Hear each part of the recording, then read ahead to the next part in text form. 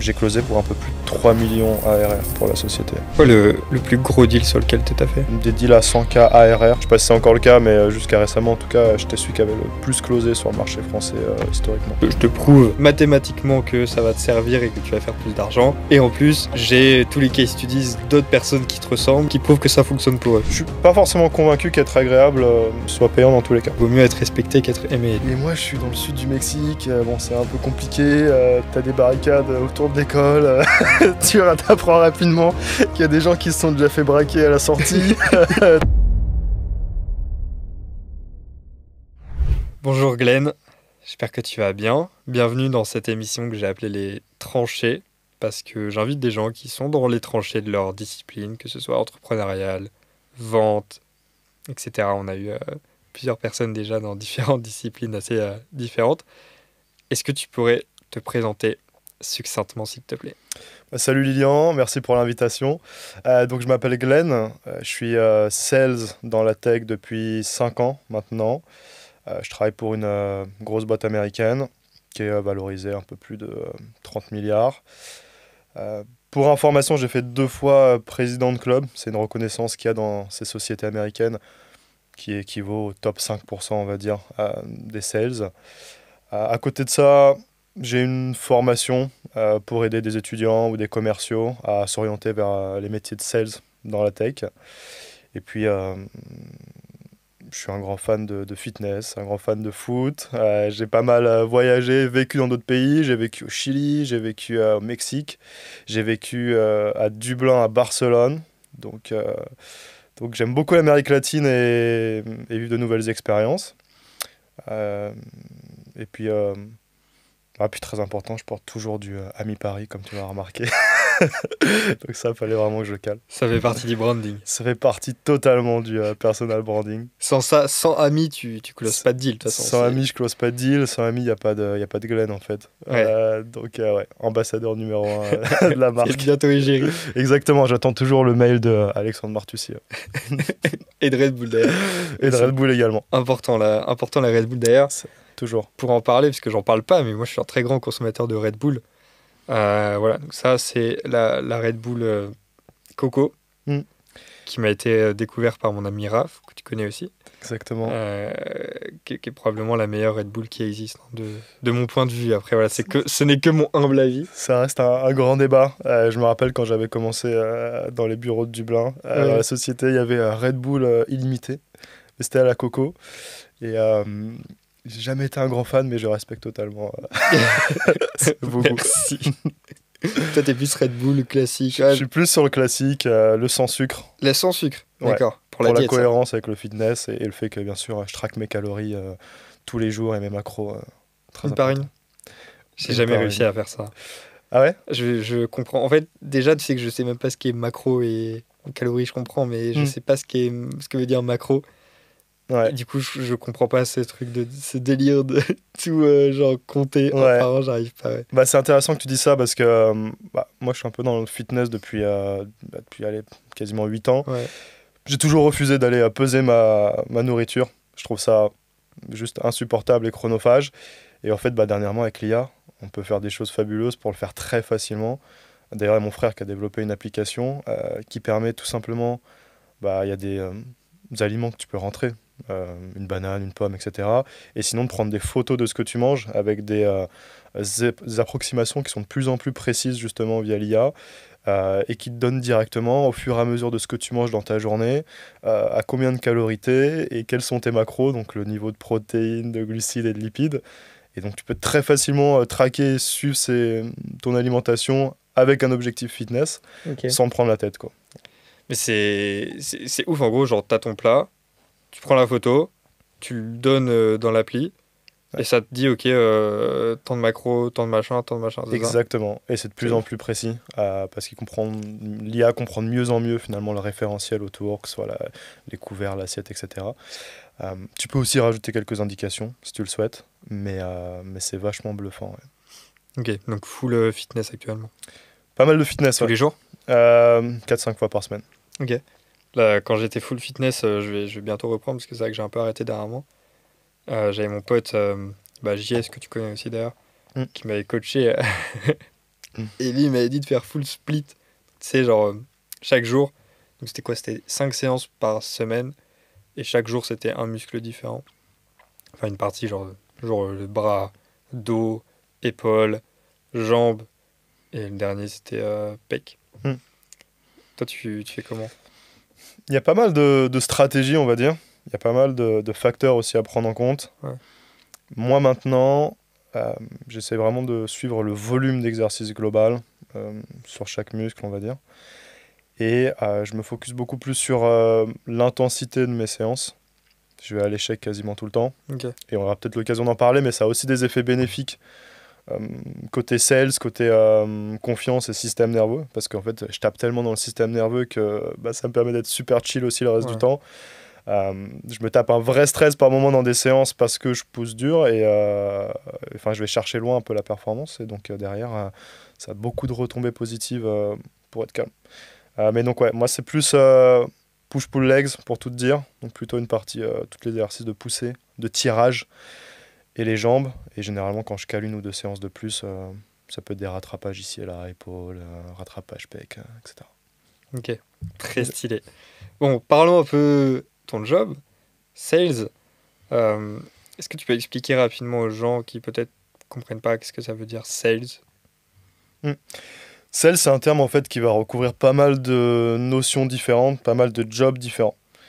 Euh, Si on veut le traduire de manière très simple, sales, c'est un poste avec une dominante commerciale ou plutôt consultant commercial. Moi, mon poste exactement, c'est que je suis account executive. Donc mon rôle, c'est de trouver des opportunités euh, via de la prospection que je gère ou aider également de quelqu'un dont le rôle, c'est précisément de faire que de la prospection pour trouver des opportunités de business. Donc ce qu'on appelle un business developer. Et derrière, bah, moi, je vais devoir accompagner finalement la société en face sur l'évaluation, la compréhension de leurs problématiques, l'évaluation de la solution qu'on peut offrir, la capacité à, enfin la faisabilité finalement à la fois technique, à la fois légale par rapport aux data de ce qu'on peut offrir en termes de solutions pour résoudre leurs problématiques.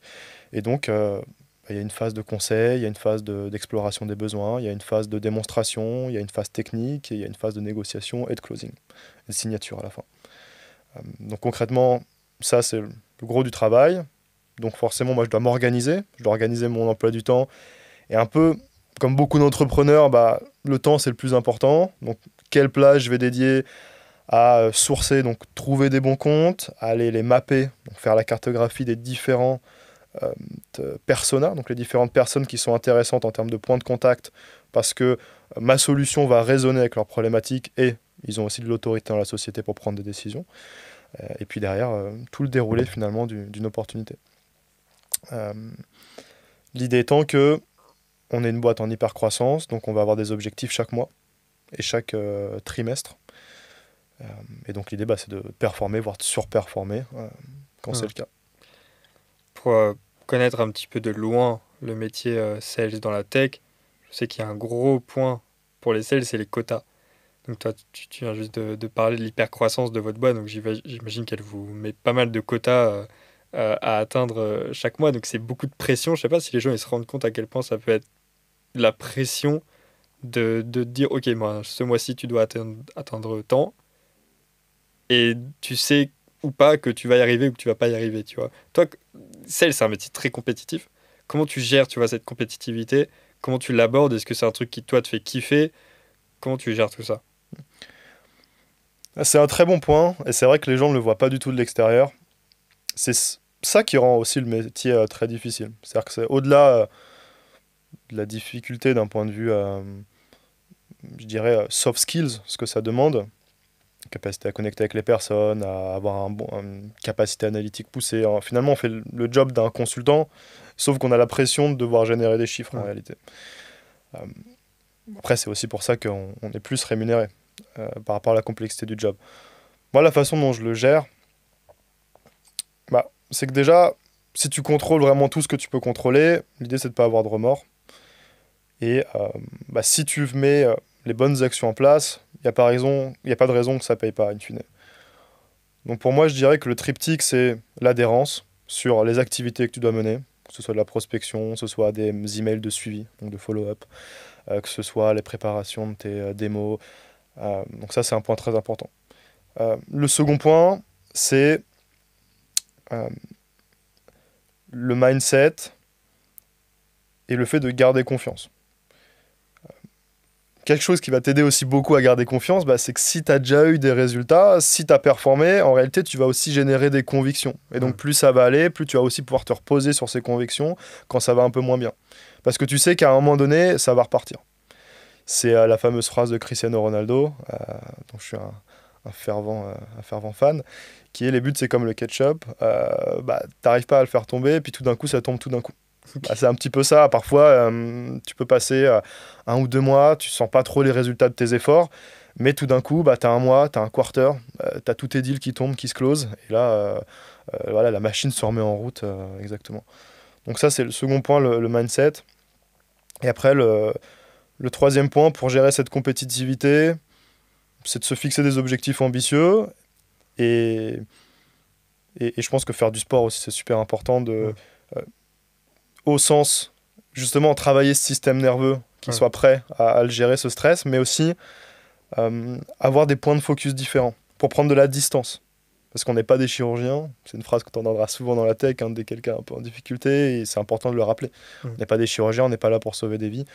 Après tout, voilà, si demain ça devient trop compliqué, tu as contrôlé ce que tu pouvais contrôler. Peut-être qu'il y a des dynamiques de marché qui font que ça devient pas possible. Peut-être qu'il y a des dynamiques sur ton propre produit, ton propre service qui font que c'est de moins en moins en phase avec la demande. Et donc après, il faut garder ses convictions et être prêt à rebondir sur une autre expérience s'il faut, quoi. Ok, super intéressant.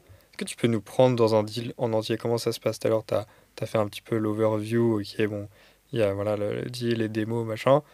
Mais là, tu peux même nous donner un exemple de la vie réelle, mais comment ça se passe de A à Z, du moment où la personne ne vous connaît pas ou connaît de loin le nom peut-être, ok, elle fait le virement. Ouais. Alors, déjà, si je parle vraiment de nous, ce qu'on fait, on va aussi beaucoup mesurer ce qu'on appelle la vélocité. C'est l'average sales cycle, donc le cycle de vente moyen. Chez nous, il est à peu près de 2 mois. Ok. Donc, c'est-à-dire, pour expliquer la vélocité, ce que tu entends par le sales cycle, c'est les personnes ne t'ont pas connu il y a 2 mois, premier contact il y a 2 mois, et en moyenne, vous closez au bout de 2 mois. C'est ça. Exactement. Parfois, ça prend plus longtemps, ça peut prendre jusqu'à 1 an, voire plus, mais c'est ça le temps moyen. Okay. Finalement, sur le premier rendez-vous, déjà, il va y avoir 2 typologies, on va dire, de premier échange.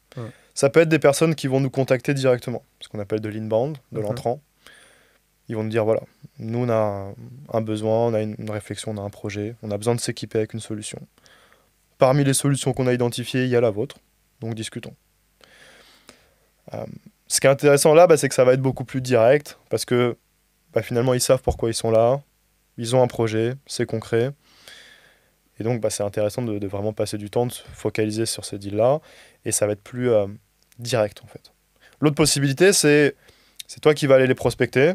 Donc, il y a différentes stratégies. Par exemple, tu as signé 2-3 de leurs concurrents. Tu vas pouvoir leur dire, voilà, on travaille avec un tel.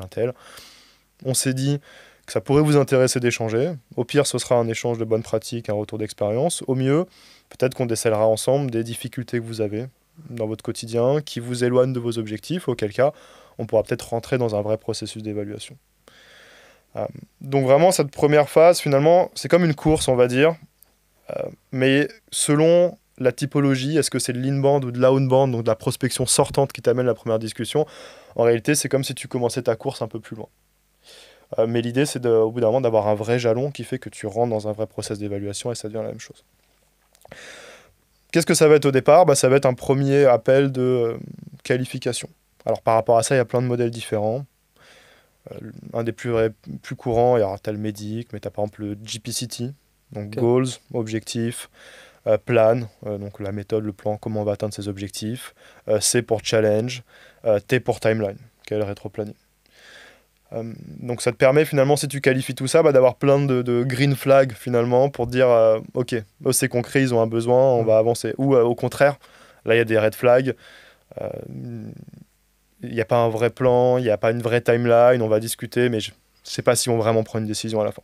Donc ça, pour s'arrêter à ce moment-là, parce que je trouve ça super intéressant, tu vois, le côté, ok, comment est-ce que je perds pas mon temps avec un deal en fait? Ouais. Comment est-ce que je me rends compte que bah lui, pour X ou Y raison, il va rien se passer? Et en vrai, ton objectif en tant que sales, c'est que ton temps, tu as envie de le mettre sur des deals qui peuvent avancer. Comment est-ce que tu fais pour, ok, qualifier le plus vite possible et te rendre compte qu'avec quelqu'un, ça va pas le faire? Mm. Tu mets quoi comme action pour ça? Il y a plein de techniques. Celle que j'ai citée, c'en est une première. Donc c'est des modèles, on va dire, de qualification. Finalement, moins tu as de cases cochées en quelque sorte, moins ils sont qualifiés, plus tu as envie, plus tu as un intérêt finalement à dire bah j'ai l'impression que c'est un peu trop tôt pour discuter, reparlons-nous plus tard. Donc ça c'est une chose. Moi, je dirais ma secret sauce ici, c'est que je considère qu'une vente, c'est deux choses. C'est pourquoi maintenant et pourquoi toi. Donc moi, je vais beaucoup me focus avant tout sur ce que j'appelle le commitment to change ou le commitment to make a decision. C'est-à-dire, je vais poser énormément de questions pour comprendre si j'ai en face de moi quelqu'un qui s'apprête à prendre une décision et qui est engagé sur le fait de prendre une décision. Et par rapport à ça, il y a plein de questions que tu peux poser. Comprendre depuis combien de temps la situation traîne, qu'ils ont ces freins-là pour générer de la croissance. Ça peut être euh, pourquoi est-ce qu'il y a une raison particulière qui fait qu'ils doivent changer maintenant. Toutes ces questions et je vais m'assurer en fait que finalement si on rentre dans un process c'est qu'ils veulent vraiment changer. Le second aspect c'est pourquoi toi et pour ça bah, tu vas poser plein de questions plus sur bah, quelles sont leurs difficultés, leurs problématiques, tu vas vraiment creuser très profondément et donc l'idée c'est de comprendre dans quelle mesure ça résonne avec toi ta proposition de valeur. Et donc après pourquoi toi bah, c'est ta capacité à pitcher mais en réalité ta capacité d'être convaincant elle va être liée au niveau de pertinence en fait de ton offre vis-à-vis de leur problématique et donc lié au niveau de qualification et d'information que tu auras reçu et que tu auras réussi à creuser. J'aime bien la métaphore de l'oignon, on dit souvent peel the onion, donc vraiment enlever toutes les couches de l'oignon pour aller jusqu'au problème le plus important. Ok. Il peut y avoir un petit problème, on a besoin de s'équiper d'outils parce qu'on peut pas faire ça, mais en réalité tu te rends compte c'est parce que bah, il faut impacter le CA avec des actions marketing, parce que le CA est en chute libre, parce qu'ils ont perdu certains gros clients, et parce qu'en fait tu te rends compte qu'il y a aussi un problème de cash, etc. Donc il faut agir vite. En fait, et tu te rends compte finalement bah, le pain niveau 1, 2, 3, bah, finalement il y a un pain tellement fort niveau 3 que là en effet ça peut avancer. Ok. Donc tu essayes vraiment d'aller creuser pour trouver une urgence en fait. C'est ça. Et du coup, tu essayes de trouver un truc sur lequel tu vas pouvoir jouer tout le long du deal, c'est ça? Exactement. Ok. Tu vas le ressortir quand il faudra. Troisième point là-dessus, je dirais, c'est vraiment poser un agenda et aligner finalement les attentes. Si là on se pose sur un call, je vais dire bah Lilian, ravi d'échanger avec toi. Alors, l'objectif de ce premier rendez-vous, pour moi, c'est vraiment de comprendre bah, déjà un petit peu plus ton business, ta société, quelles sont les tendances sur ton industrie, quels sont tes concurrents, et comprendre tes objectifs. Ensuite, bah, l'idée c'est de découler finalement sur qu'est-ce qui te freine aujourd'hui, euh, pourquoi finalement bah, on se parle, pourquoi tu as accepté ce rendez-vous, ou si c'est pas le cas, parce que c'est moi qui t'ai prospecté, je vais te dire, bah, je vais te donner les raisons principales qui font que certaines sociétés de ton secteur discutent avec nous. Et l'idée, c'est qu'à la fin de ce rendez-vous, on se dise, voilà, est-ce que ça vaut le coup finalement de rentrer dans un vrai process d'évaluation? Quelle va être la prochaine étape la plus pertinente? Est-ce que je fais rentrer un consultant qui viendrait mettre en place la solution chez toi pour que tu budgétises le tout, pour que tu vois la faisabilité technique globale? Ou est-ce qu'on va aller sur une démo? Mais l'idée, c'est que vraiment la prochaine étape et la suite soient claires et qu'on soit aligné. Ok. Sur un deal inbound, par exemple. Mm. Imaginons que là, je viens chez toi, je suis une entreprise, je viens, je te contacte en inbound et je te demande une démo. Est-ce que tu vas accepter la démo et tu vas la faire? Ou est-ce que tu vas justement d'abord te dire, ok, est-ce que cette personne est qualifiée pour avoir une démo? Et essayer de disqualifier si elle l'est pas. C'est un très bon point, parce que ça va toucher à une de mes techniques préférées. Alors, déjà pour te répondre, non, je ne vais pas donner de démo. Pour une raison très simple, c'est que je ne sais pas encore exactement euh, quelles sont tes difficultés. On vend une solution qui est très complexe, on va répondre à plein de difficultés différentes, il y a des centaines, voire ouais, des centaines de fonctionnalités. On va faire une démo, ça se trouve, je vais taper à côté, je vais te montrer des choses qui sont sans intérêt, puis tu vas me dire, bah, Glenn, t'es gentil, En fait, ce que tu m'as montré, j'en ai pas trop besoin. Et puis tu vas même te conditionner en disant, bah, je suis rassuré finalement parce que ta solution, je l'ai pas aujourd'hui, mais en fait, elle correspond pas à ce que je veux. Et finalement, on va tous les deux perdre du temps. Toi, je vais te faire passer une mauvaise expérience aussi, parce que je vais te montrer des choses qui n'ont rien à voir avec ton besoin. Ça va te générer de la frustration. Et puis moi, je vais perdre mon temps parce que bah, jamais de la vie, on va avancer ensemble. Donc, moi, ce que je vais dire très simplement, c'est avec plaisir pour organiser une démo. Par contre, avant ça, bah, je vais avoir besoin d'en savoir un peu plus sur ton activité, sur les raisons qui font que tu voudrais une démo, sur ce que je devrais te montrer aussi en démo. Et après, la technique secrète, c'est, parce que tu l'as compris, la démo, c'est notre plus gros levier, parce que c'est là où, entre guillemets, on donne le plus de valeur. C'est ce qu'il y a derrière le rideau. Donc en fait, nous, en tant que commerciaux, on doit s'en servir au maximum comme effet de levier pour avoir le plus d'informations en amont. Ok. Et donc, ce qui va se passer, c'est que moi, jusqu'à la démo, je vais te qualifier. Et donc, je vais dire, donc je vais t'expliquer. Donc, avant ça, on va voir la faisabilité, etc. Puis là, je vais dire, bon, ravi de faire une démo. Normalement, c'est la prochaine étape qui est logique. Mais pour que ce soit pertinent aussi pour toi, moi, je vais m'adapter. Quelle est finalement ta timeline, ton rétro-planning de décision? Parce qu'il n'y a pas de souci, Lilian. Si tu veux prendre une décision l'année prochaine, moi, ça me va, je m'adapte à ton timing. Par contre, on va pas faire une démo maintenant, parce que ça va être un petit peu précipité. Puis, beaucoup de choses peuvent changer d'ici là, ou tu auras peut-être aussi oublié la démo, donc reparlons-nous à ce moment-là. Du coup, quand est-ce que tu veux prendre une décision?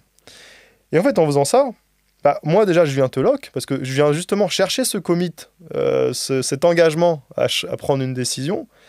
Et toi, bah, tu vas devoir te positionner, tu vas me dire, bah, ah oui, bah, Glenn, moi je vais prendre une décision dans les semaines qui viennent ou le mois prochain, bah, très bien, on la place une semaine avant. Puis après, on verra juste les aspects, si tu es convaincu, bah, les aspects finalement financiers pour qu'on y arrive. Et du coup, bah, tu es loqué, tu t'es engagé. Et donc à la fin, on arrive, bah, tu vas pas pouvoir me dire, ah oui, bah, c'est intéressant. En fait, le pire quand tu es sales, c'est d'avoir quelqu'un qui, tu fais la démo, te dit, ah, c'est intéressant, ah, c'est super bien, bah, je vais réfléchir. Bah, on se reparle un de ces quatre. Là, t'as perdu tout ton temps. T'as pris du temps à préparer ta démo, t'as fait ta démo. Et en fait, t'as mal managé ton temps et donc tu vas être moins performant. Donc c'est super important de trouver qui sont les personnes en fait qui veulent vraiment avancer quoi. Exactement.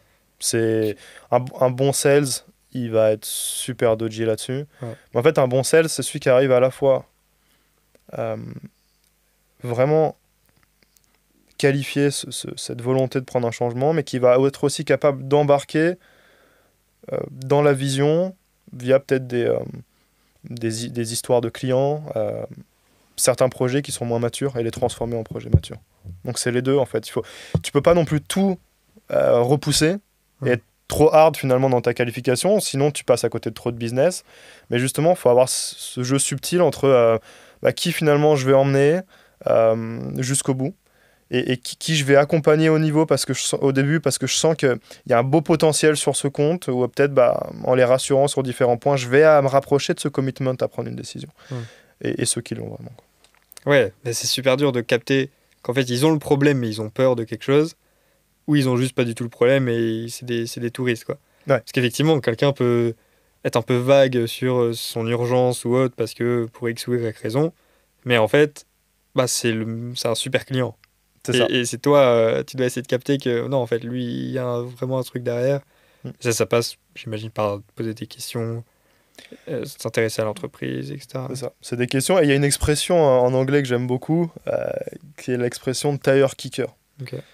Littéralement, en français, c'est donner un coup de pied dans le pneu. Et en fait, c'est toutes les personnes, c'est une expression américaine, qui vont chez les concessionnaires et qui regardent les véhicules.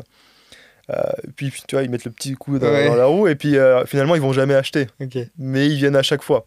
Et en fait, ces gens-là, il n'y a pas de souci, mais toi tu dois pouvoir t'en dissocier, les éloigner au maximum parce que finalement leur objectif il n'est pas en phase avec le tien parce qu'ils vont jamais acheter. Donc il faut les identifier le plus tôt possible et les orienter éventuellement vers des ressources de leur côté. Mais tu peux pas perdre du temps. Donc ça, c'est super important. Je sais pas si tu connais le livre. Il y a un livre que j'aime beaucoup qui s'appelle Start with No. C'est un livre de Jim Camp. Jim Camp, c'est feu Jim Camp, qui est mort maintenant. C'était un Américain, c'était un des meilleurs négociateurs qu'ils ont jamais eu. D'ailleurs, tous les les cours de négociation à Harvard, etc., sont basés sur son travail. Et, et dans son livre Start with No, il part de ce principe de dire, OK, en négociation, qui est plus ou moins de la vente, tu dois d'abord essayer de ne pas aller chercher le oui, mais d'aller chercher le non le plus vite possible, parce que bah, ça va te permettre ensuite de travailler vraiment sur quelque chose, tu vois. Parce que le oui, il est simple à sortir, mais le non, les gens ont plus de mal à le sortir, parce que d'un coup, il y a de la confrontation, tu vois. Est-ce que toi, tu réfléchis un peu de la même manière? Hmm. C'est super intéressant et ça va dépendre des phases. Mais ça fait aussi la jonction avec le point d'avant. C'est-à-dire que pourquoi aussi tu veux aller chercher du non et de la disqualification, finalement c'est la même chose, c'est parce que t'es pas un showroom digital, Ouais. tu as compris. Euh, et donc en fait, pour moi c'est super important, à la fois en termes de mindset et en termes de dynamique de la relation que tu construis avec ton ou tes interlocuteurs. Ok. Pourquoi en termes de mindset? Parce que plus finalement tu vas accepter le non, tu vas aller chercher le non. Donc avec des questions du type je- euh, est-ce que finalement quelles seraient les raisons qui feraient qu'on n'avance pas ensemble?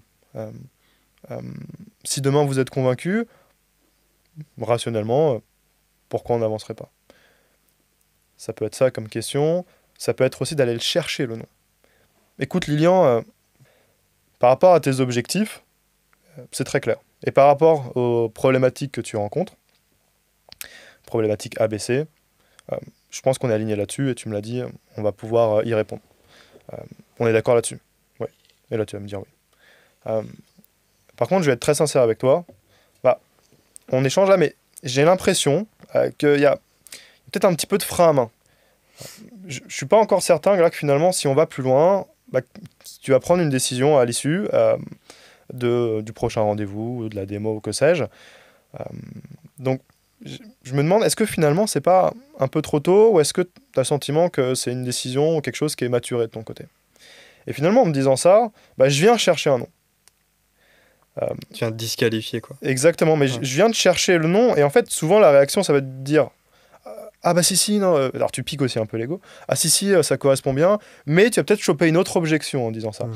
Et en fait, ça permet de mettre à l'aise ton interlocuteur, et ça les invite à donner d'autres objections, et surtout les objections réelles. Ouais. Donc pour cette raison, c'est top. Donc en termes de mindset, donc en termes de stratégie, on va dire disqualification, c'est top. En termes de mindset, c'est top parce que tu es plus détaché. Tu as envie d'acheter, tu as envie de dealer, de collaborer avec la personne qui te donne l'impression qu'elle n'a pas besoin de toi. Le moins needy gagne. Exactement. C'est comme en tout, c'est comme en séduction. Ouais. Moins la personne te donne l'impression qu'elle a besoin absolument de toi et qu'elle ferait tout pour t'avoir, bah, plus tu as envie d'avancer avec la personne. Et si elle est trop needy, tu n'as pas envie. Dans la dynamique de relation, c'est le troisième point. Parce que euh, ça te permet d'avoir ce que j'appellerais la power frame. C'est quelque chose qui est beaucoup développé dans le livre Pitch Anything qu'on m'a recommandé il n'y a pas longtemps, qui est incroyable. Warren Cal. Ouais. Tu, tu prends le dessus, en fait. Parce que, encore une fois, toi, tu cherches des noms. T'es pas là en train de dire, alors c'est bon, ça correspond bien. Ouais, super, ok.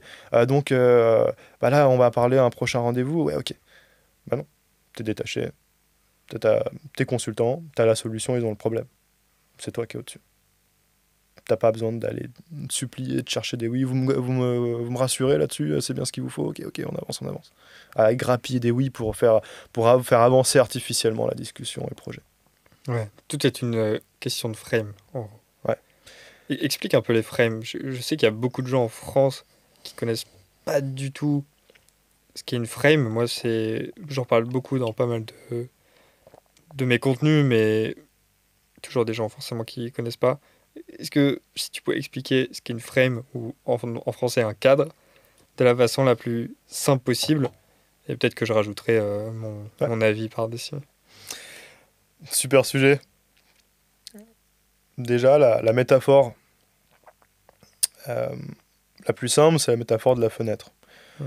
Finalement, quand tu regardes quelque chose dehors, selon la fenêtre depuis laquelle tu vas regarder, bah, ta perspective va être différente, donc tu vas voir quelque chose de différent. Et donc, le concept de frame, finalement, c'est que sur un événement, une information, une donnée, une objection, peu importe, bah, finalement, tu vas coller une perspective qui est différente. Euh, donc, Finalement, on peut le traduire par une perspective sur un sujet. Euh, Ce qui t'amène du coup au concept de reframe, donc remettre en perspective et donc changer la perspective sur un sujet. Point très simple. Euh, Tu me dis, ouais, j'ai le sentiment que c'est un petit peu cher, etc. Donc là, finalement, tu positionnes un élément sur l'aspect prix. Moi, ce que je vais faire, c'est que je vais reframer la conversation. C'est-à-dire, euh, ok, intéressant. Bah, je te remercie pour la transparence de m'avoir dit ça. Euh, Peut-être avant de parler vraiment de prix, parce que finalement, si aujourd'hui, en termes de valeur, ça correspond vraiment bien à ton besoin, après le prix, et qu'il y a un ROI aussi, un retour sur investissement dont tu es convaincu, finalement, après le prix, on voit comment on peut l'ajuster pour que ça fasse sens. Mais déjà, avant ça, par rapport au sujet, finalement, est-ce qu'on est du même côté de la table, au sens, est-ce que toi, tu es convaincu que pour atteindre des objectifs ABC et enlever les problèmes DEF, ça correspond parfaitement, et je dirais même plus loin que c'est la solution qu'il te faut. Donc en fait, là, j'ai reframé la conversation. C'est-à-dire qu'en fait, là, sur le projet, l'emphase, la perspective était mise, et on regardait comme la face du cube qui était la face prix, bah là, on vient regarder l'autre face du cube qui est la face adéquation entre tes besoins et ma réponse.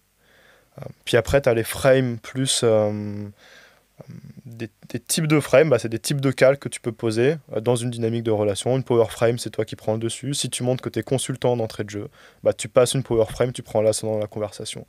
Tu peux mettre une time frame. Si tu dis d'entrée de jeu, par contre, je vais devoir vous laisser à tel moment, bah, en réalité, tu prends un peu d'autorité et tu renforces ton power frame via une time frame parce que tu dis que euh, toi, ton temps finalement est super valuable. Hmm. Ça, c'est des exemples. Hmm. Je sais pas si toi, tu as des éléments à ajouter pour Moi, j'aime compléter. beaucoup parler de la frame en allant vraiment du point de vue psychologique, tu vois. Et d'expliquer de la base de, ok, comment... D'ailleurs, j'ai déjà fait tout un audio assez long sur Telegram où je parlais de tout ça. Mais pour comprendre les frames, je pense vraiment d'un point de vue fondamental, et pas juste d'une manière technique, parce qu'en fait, des frames, là, même dans la conversation, actuellement, il y a des frames qui sont d'un point de vue méta, tu vois, sur notre conversation, il y a des frames, il y a tout le temps des frames. Et du coup, il faut bien comprendre comment est-ce que notre système de pensée, il est développé, tu vois. C'est-à-dire que on a tous des expériences de référence, qu'on a depuis qu'on est jeune, qu'on est tout bébé, on a connu des expériences de référence. Toucher du bois, c'est une expérience de référence. Boire du Red Bull, c'est une expérience de référence. Se faire rejeter par sa crush ou son crush, c'est une expérience de référence. Toutes ces expériences de référence, on les a intégrées dans notre réalité et elles ont développé ce qu'on peut appeler notre système de pensée. Notre manière de penser est la résultante de nos expériences de référence qu'on a vraiment à chaque instant de notre vie. Et du coup, ce système de pensée, il va ensuite créer, mettre en mouvement la manière dont on agit en fait dans le monde, la manière dont on pense, la manière dont on réagit à un stimuli. Et ben ça provient de notre système de pensée qui provient de nos expériences de référence. Et du coup, tu comprends que, par exemple, une frame que j'aime bien donner, c'est, ok, imagine que dans ta tête, tu vois le ciel rouge. Tout le monde le voit bleu. Mais imagine que toi, tu le vois rouge. Pourquoi? On ne sait pas. Parce que tes expériences de référence t'ont amené à penser que le ciel est rouge. Bah là, tu vas arriver avec ta frame, qui va être dans mon cadre de réalité, donc la manière dont j'observe le monde, dans un cadre, parce qu'on ne l'observe jamais omniscient, on n'est pas du tout omniscient, on regarde tout depuis un cadre.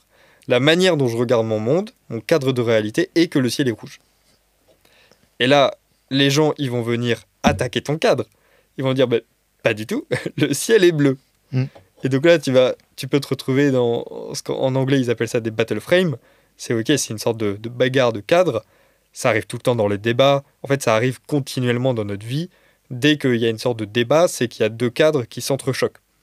Mais de le regarder, de le comprendre de cette façon un peu méta, bah, t'arrives à le capter, tu vois. Ok, là, il y a vraiment deux cadres qui sont en train de se taper. Et après, c'est qu'une question de conviction. Si la personne qui voit le ciel rouge a plus de conviction pour son cadre que la personne qui voit le ciel bleu, alors celui qui voit le ciel rouge va gagner. C'est tout. Et donc c'est seulement une question de conviction. Et après, tu comprends que si tu veux réussir à gagner, entre guillemets, j'aime pas le mot gagner, parce qu'il n'y a pas vraiment de gagnant, mais si tu veux garder ton cadre et potentiellement transposer ton propre cadre de réalité à la personne en face de toi, il va falloir que tu changes son système de pensée. Et c'est là où le reframe intervient. C'est recadrer le cadre de la personne en face de toi, ou des gens qui t'écoutent, ou qu'importe. Et ça me parle, parce que moi j'aime bien aller dans les trucs. Il y a des gens à qui ça va pas du tout parler, ce côté presque un peu métaphysique de la pensée, d'aller chercher beaucoup plus loin. Mais je pense que d'un point de vue fondamental, comprendre que tout provient des expériences de référence et du système de pensée des gens, ça te permet du coup, après, d'aller vraiment chercher, ok, d'essayer de comprendre, tu vois, ok, la personne en face de moi, quel est son cadre? Comment elle perçoit la réalité? Et c'est comme ça que tu vas pouvoir potentiellement changer ses croyances, tout simplement. Parce que c'est qu'une question de croyance, tu vois. À chaque fois que tu as des objections, c'est parce que les croyances de la personne en face, il y a quelque chose qui manque et elles sont pas alignées avec tes propres croyances. Et du coup, quand tu essayes de gérer une objection, souvent, c'est une question de changer les croyances de la personne en face, quoi. Complètement aligné avec toi là-dessus. Ouais. C'est vrai que c'est une discussion qu'on a eue très souvent. Et d'ailleurs, finalement, pour changer une frame, donc une perspective, ou pourquoi pas l'étoffer ou l'élargir, il y a un point dont on a souvent parlé aussi, c'est le storytelling. Ouais. Le storytelling, ça va permettre en effet de désamorcer une frame trop contraignante de l'interlocuteur, basée en effet sur ses expériences, typiquement en parlant, en donnant un cas client ou une autre expérience, Ouais. peu importe le sujet de la Parce que discussion, où ça s'est bien passé. Je te coupe, et tu as 100% raison, pour ajouter justement, pour faire comprendre que tu peux pas changer un cadre en attaquant frontalement. Parce que les gens veulent pas changer leurs croyances, ils veulent pas avouer qu'ils ont tort, ou qu'ils avaient tort, et donc c'est là où le faire de façon subtile avec du storytelling, et j'en parle beaucoup aussi en copywriting, dans les pages de vente, dans tes VSL, etc. Amener du storytelling, ça change tout, parce que tu viens effectivement changer le cadre de la personne par une histoire. Et 100% aligné. Ouais, toujours accepter. Si tu veux faire du reframing sur une objection, le premier réflexe, c'est d'accepter. C'est de acknowledge, comme ils disent en anglais, de reconnaître. Et presque dire, ouais, enfin, pas forcément valider, mais presque, en tout cas dire qu'on comprend. Ouais, super important. Ok. Donc là, si on reprend du coup la timeline sur laquelle on s'était mise, Yes. parce on a divagué, mais super intéressant. Et en vrai, c'est comme à chaque fois dans ces émissions, ce que je trouve trop cool, c'est que les personnes qui vont vraiment, tu vois, se poser et comprendre ce qu'on raconte et réfléchir, parce qu'on peut pas, c'est pas un truc de consulting, tu vois, on peut pas aligner ce qu'on dit au business de chaque personne qui regarde. Mais s'ils arrivent à capter tout ce qu'on raconte et à réfléchir, ok, comment ça, je peux l'appliquer moi à ma propre situation. En vrai, il y a tellement de valeur dans tout ce qu'on a dit, alors que ça fait même pas 30 minutes. Plus ou moins, je sais pas. Ok, donc reprenons la timeline. Donc là, on est plus ou moins arrivé à l'appel de qualification premier. Donc là, disons que derrière, qu'est-ce qui se passe? Il se passe la démo, du coup, quelque chose comme ça? Alors, ça va dépendre. Après ce premier appel de qualification, moi, généralement, je vais avoir 3 branches. Soit, finalement, je vais introduire une nouvelle notion dans la discussion, qui est la notion de ICP, de Ideal Customer Profile. Ouais. Donc, finalement, chaque business pourrait bucketiser, avoir des paniers, finalement, de prospects, de sociétés ou de clients B2C qui correspondent plus ou moins exactement à leur client type, les personas. Ouais.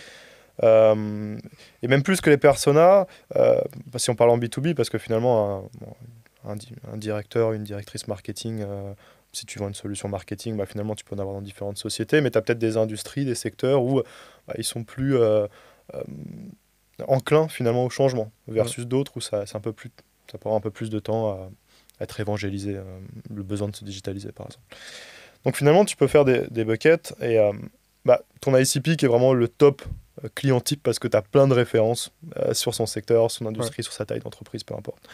Bah, eux, finalement, moi, je vais être un petit peu plus lâche, un peu plus loose dans ma qualification parce que je sais que même s'ils ne sont pas forcément prêts à prendre une décision maintenant, parce que c'est le client idéal, elle va être prise un jour, cette décision, et un jour, on va bosser ensemble. Donc là, je vais être un peu plus... Donc là, je vais moins gatekeeper, on va dire, garder derrière les portes la démo. Ouais. En revanche, plus on va s'éloigner, plus moi, je vais être un peu dur sur la qualification. Donc, une possibilité, si on a un bon potentiel sur un client, sur un beau projet, ils sont peut-être pas encore matures, on peut fixer un point de cas client. On va vraiment se poser, on va prendre un exemple de client, on va reprendre l'histoire, on va s'attarder sur les détails. Et on va vraiment les embarquer dans cette vision parce que, justement, on est sur cette histoire de reframing, parce qu'eux étaient exactement dans la même situation, se posaient les mêmes questions, avaient le même niveau de maturité. Autre possibilité, en ce qui me concerne, je vois une solution. Si on remet le focus sur la vente dans la tech, pour qu'un projet se passe bien, en général, c'est quand même très souvent conseillé d'être accompagné par ce qu'on appelle un intégrateur. Ça peut être un freelance, un consultant ou une société partenaire de ta solution qui va s'occuper de mettre en place l'outil. Alors, ils peuvent intervenir sur différents aspects, migration des données, configuration de l'outil pour l'adapter et le personnaliser, formation des équipes ou des intégrations avec d'autres solutions.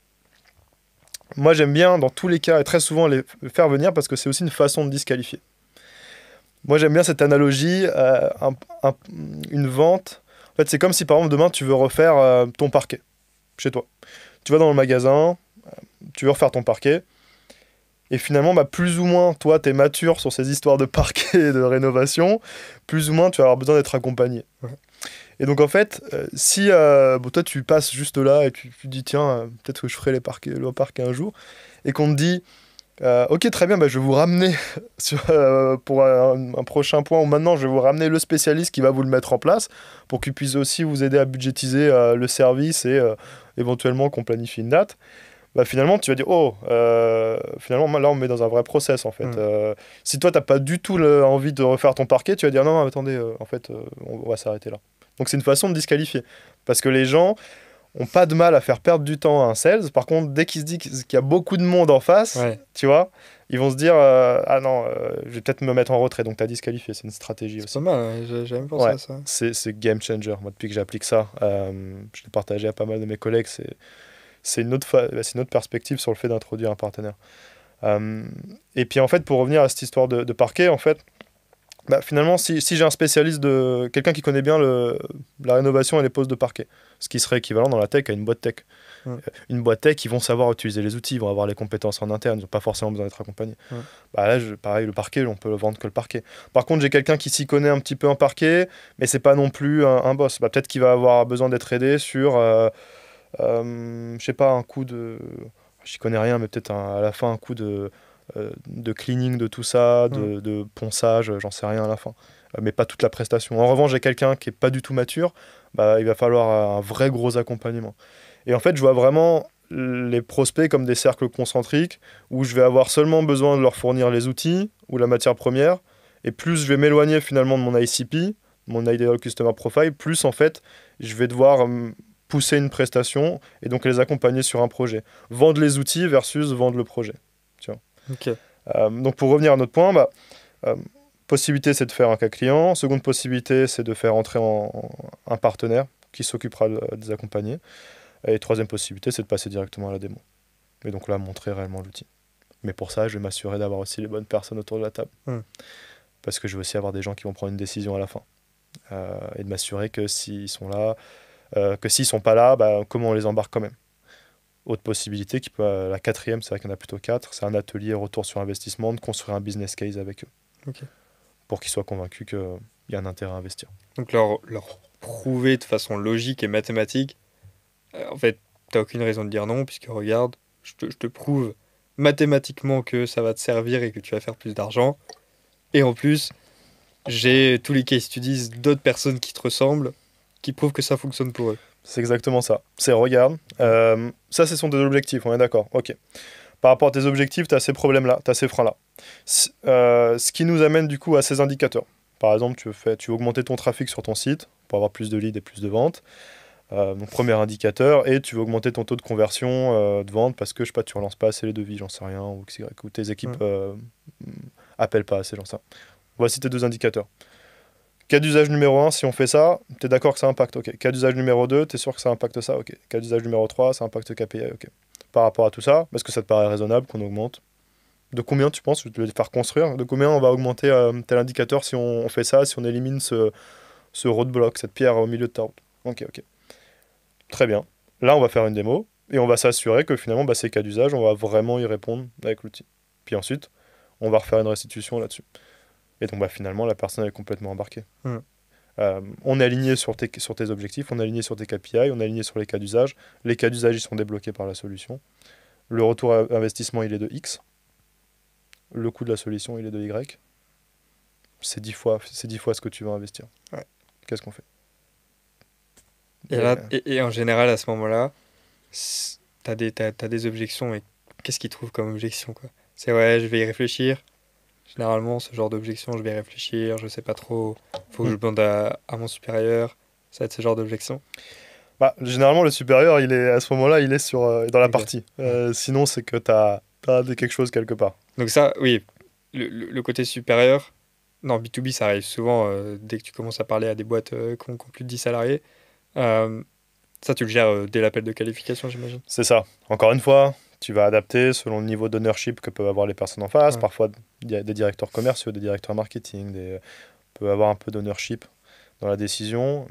Mais quand même, c'est ton rôle de qualifier le processus de décision et de comprendre à quel moment, finalement, doit intervenir quelqu'un. Une question très simple, c'est: vous avez souscrit à telle solution, comment ça s'est passé? Qui, finalement, a signé à la fin? C'est aussi d'utiliser des frames un peu presque morales. Bah, vous comprenez bien que voilà, la dernière fois ça s'est passé comme ça, et moi je suis ravi de consacrer du temps ici et de vous aider, mais il y a un moment donné, même pour vous, en fait, si vous voulez que ce projet il aboutisse, il va falloir qu'on échange avec machin. Donc ça va être important. Et après, en termes d'objection, bah justement, je vais y réfléchir. J'ai partagé quelques tips, quelques golden tips pour éviter de tomber là-dedans. De les loquer, d'aller chercher cet engagement, et c'est d'où l'importance, parce que c'est la pire des objections. Tu préfères un non, au moins tu sais, ok, non, pourquoi? Et après, ok, bon, on va straight to the point. Ah, c'est intéressant, je vais réfléchir, ça correspond bien. Bon. Après, dans ce cas-là, d'autres parades. Je vais réfléchir. D'accord, super. En effet, peut-être juste si on revient sur la valeur. Est-ce qu'aujourd'hui vous êtes convaincu par rapport à tu reprends tous les trucs. Ou sinon tu dis t'adresses. Ok, intéressant, réfléchir. Ok. Bon. Généralement, quand on me dit ça, c'est que on n'ose pas me dire, mais peut-être qu'on ne se sent pas forcément prêt à passer le pas. Pourquoi? Adresser. Et après, tu viens, encore une fois, t'enlèves les couches de l'oignon. Donc, tu as ça, tu peux avoir le prix. Ah, finalement, l'investissement, non. On revient sur la valeur. Puis éventuellement, on peut être créatif. Moi, j'ai un exemple d'un deal que j'ai signé cette année. On arrive à la fin, c'est aligné, et puis le DG il me dit: Glenn, moi je suis convaincu, mais voilà, là j'attends un prêt de ma banque, et du coup pour l'instant je vais pas pouvoir avancer, on se reparle dans un mois. Red flag, time kills deal. Et donc là j'ai essayé de comprendre. En fait, si t'adresses pas et que t'essayes pas de comprendre, c'est compliqué. Donc là j'ai essayé de comprendre. Ok, d'accord, très clair, mais juste une petite question pour bien comprendre par rapport aux enjeux dont on a parlé, ça va être assez prioritaire. Finalement, qu'est-ce qui se passe si la banque n'accepte pas ce prêt? Est-ce que finalement, du coup, ces priorités, ces enjeux, on les met de côté et on les dépriorise? Ah non, c'est vraiment des enjeux importants, etc. D'accord. Mais du coup, est-ce que finalement, ce projet, donc l'atteinte de ces objectifs, elle est conditionnée à ce prêt? Ah, bah non, dans tous les cas, il faut que j'avance. D'accord. Mais donc, finalement, est-ce que c'est pas plutôt une problématique de trésorerie? Ouais, c'est exactement ça et tout. Et donc là, en fait, tu vois, plus tu, encore une fois, tu découvres le nom, plus en fait, tu peux trouver, être créatif et trouver des moyens d'avancer. Et donc là, j'ai fait, OK, euh, je vais voir ce qu'on peut faire. J'avais réfléchi en live, je suis OK. Et si finalement on arrivait à avoir un système qui ferait qu'on arriverait à lisser finalement les dépenses de cash, pourquoi pas, mais en contrepartie, toi tu t'engages maintenant, on signe pour une activation à telle date, etc. Est-ce que toi ça t'arrangerait, est-ce que toi ça t'aiderait finalement à mettre ça en place, pas prendre de retard sur tes objectifs et lancer le projet. Et au final on avait signé, tu vois. Alors que C'est... ouais, n'importe qui se serait dit ah putain c'est mort, il a pas le cash, il a pas le prêt. Ouais, mais ça, c'est un truc que j'admire de fou chez les sales, tous ceux qui font du closing et tout, et c'est ce côté, je vais chercher la vente, tu vois. En fait, quoi qu'il, je vais la chercher. Ouais. Et ça, mais je te jure, parce que moi, je fais partie des gens, justement, je j'aime pas du tout envoyer les appels de vente. J'aime vraiment pas. Non pas parce que j'ai pas confiance ou quoi, mais parce que ça me fait chier. Et parce que je pense qu'il y a une petite partie de moi, quand même, qui a un peu la pression de devoir aller chercher la vente. Parce que j'ai pas été élevé de cette manière, tu vois, c'est un peu... C'est très loin de mon éducation, en fait, d'aller presque, pas forcer, mais, tu vois, d'aller mettre un peu la pression à la personne et d'être en mode où il faut prendre une décision maintenant, tu vois. Hmm. Et ça, j'admire comment, Ouais. ouais, les sales, c'est en mode, Ap- ah, tu peux pas, mais t'inquiète, j'ai la ouais. solution, tu vois. Après, attention, ça c'est pas forcer la vente, Oui, oui, bien sûr. c'est plus comprendre finalement le vrai blocage. Ouais. Et finalement, là, on se rend compte que c'est un blocage qui semble être, qui semble être rationnel, mais quand Mm. finalement n'est pas un blocage parce qu'il y a un moyen quand même d'avancer. Et le système consiste quand même déjà à se réaligner. Parce que voilà, c'est bien tes objectifs, tu dois vraiment avancer à tel niveau, pas prendre de retard. Finalement, ça reste, tu restes en phase finalement avec ces enjeux. Et tu l'aides tout simplement à réfléchir et après, à la fin, tu lui facilites aussi le travail parce que tu trouves un système qui est créatif pour que lui puisse quand même avancer sans forcément décaisser trop tôt. Euh, Au final, c'est une expression qu'on utilise souvent, tu solves for the customer, tu résous Ouais. le problème pour ton client. Ouais, mais, effectivement, c'est peut-être pas le meilleur mot dire forcer. Dès que tu as une solution qui répond à la problématique qui est urgente chez la personne, ce serait presque malsain de ta part de pas forcer, entre guillemets, Hmm, ou au moins de dire non, mais là, tu t'échappes alors qu'en fait, c'est la bonne chose à faire pour toi. ouais. Et je pense qu'il faut aussi, tu l'as dit, en fait, il y a un aspect de conviction. Moi, je sais que je suis à 100% convaincu par mon produit. Pour Ouais. moi, le produit qu'on vend, il est excellent. Euh, donc, en fait, à partir du moment où tu as vraiment cette conviction, tu sais que tu es là pour aider, en fait. Mm. Et donc, tu vois, tu parlais de s'échapper, etc. S'échapper, oui, si la personne elle est dans un non qui est émotionnel. D'ailleurs, ça, il y a d'autres façons de gérer des objections qui sont plus émotionnelles ou rationnelles. Mais si c'est rationnel finalement et qu'on se rend compte que ça l'est pas tant que ça parce qu'il y a un système, c'est pas une question d'échapper parce qu'en fait, toi, tu délivres de la valeur in fine. Mm. Donc, tu raisonnes même pas comme ça, quoi. C'est quoi le plus gros deal sur lequel tu t'as fait? Plus gros deal, il y en a plusieurs, il n'y en a pas forcément un. Je dirais qu'on est sur des deals à 100K ARR, donc Annual Recurring Revenue. Il y en a eu plusieurs. C'est souvent des groupes de sociétés Mm. parce qu'il y a plusieurs business units. Donc forcément, ça fait grossir le deal size. Plusieurs marques à gérer. Une grosse base de données contact client, beaucoup d'utilisateurs. Et pour te donner un peu de contexte, moi, depuis que je suis dans ma société, j'ai closé pour un peu plus de 3 millions ARR pour la société. Donc après, il y a eu un peu de churn par-ci et là. Donc le churn, c'est quand quelqu'un se désinscrit. Parce qu'il Mm. faut savoir que nous, on vend du SaaS. Mm. Donc c'est un abonnement. On loue en fait la solution. Ils ne sont jamais vraiment propriétaires. Ouais. Donc c'est aussi pour ça que c'est un super business model. Et, euh, et je crois en tout cas aux dernières nouvelles, parce que j'ai un collègue qui avait fouillé un petit peu dans les outils de business intelligence. Alors je ne sais pas si c'est encore le cas, mais jusqu'à récemment, en tout cas, j'étais celui qui avait le plus closé sur le marché français historiquement.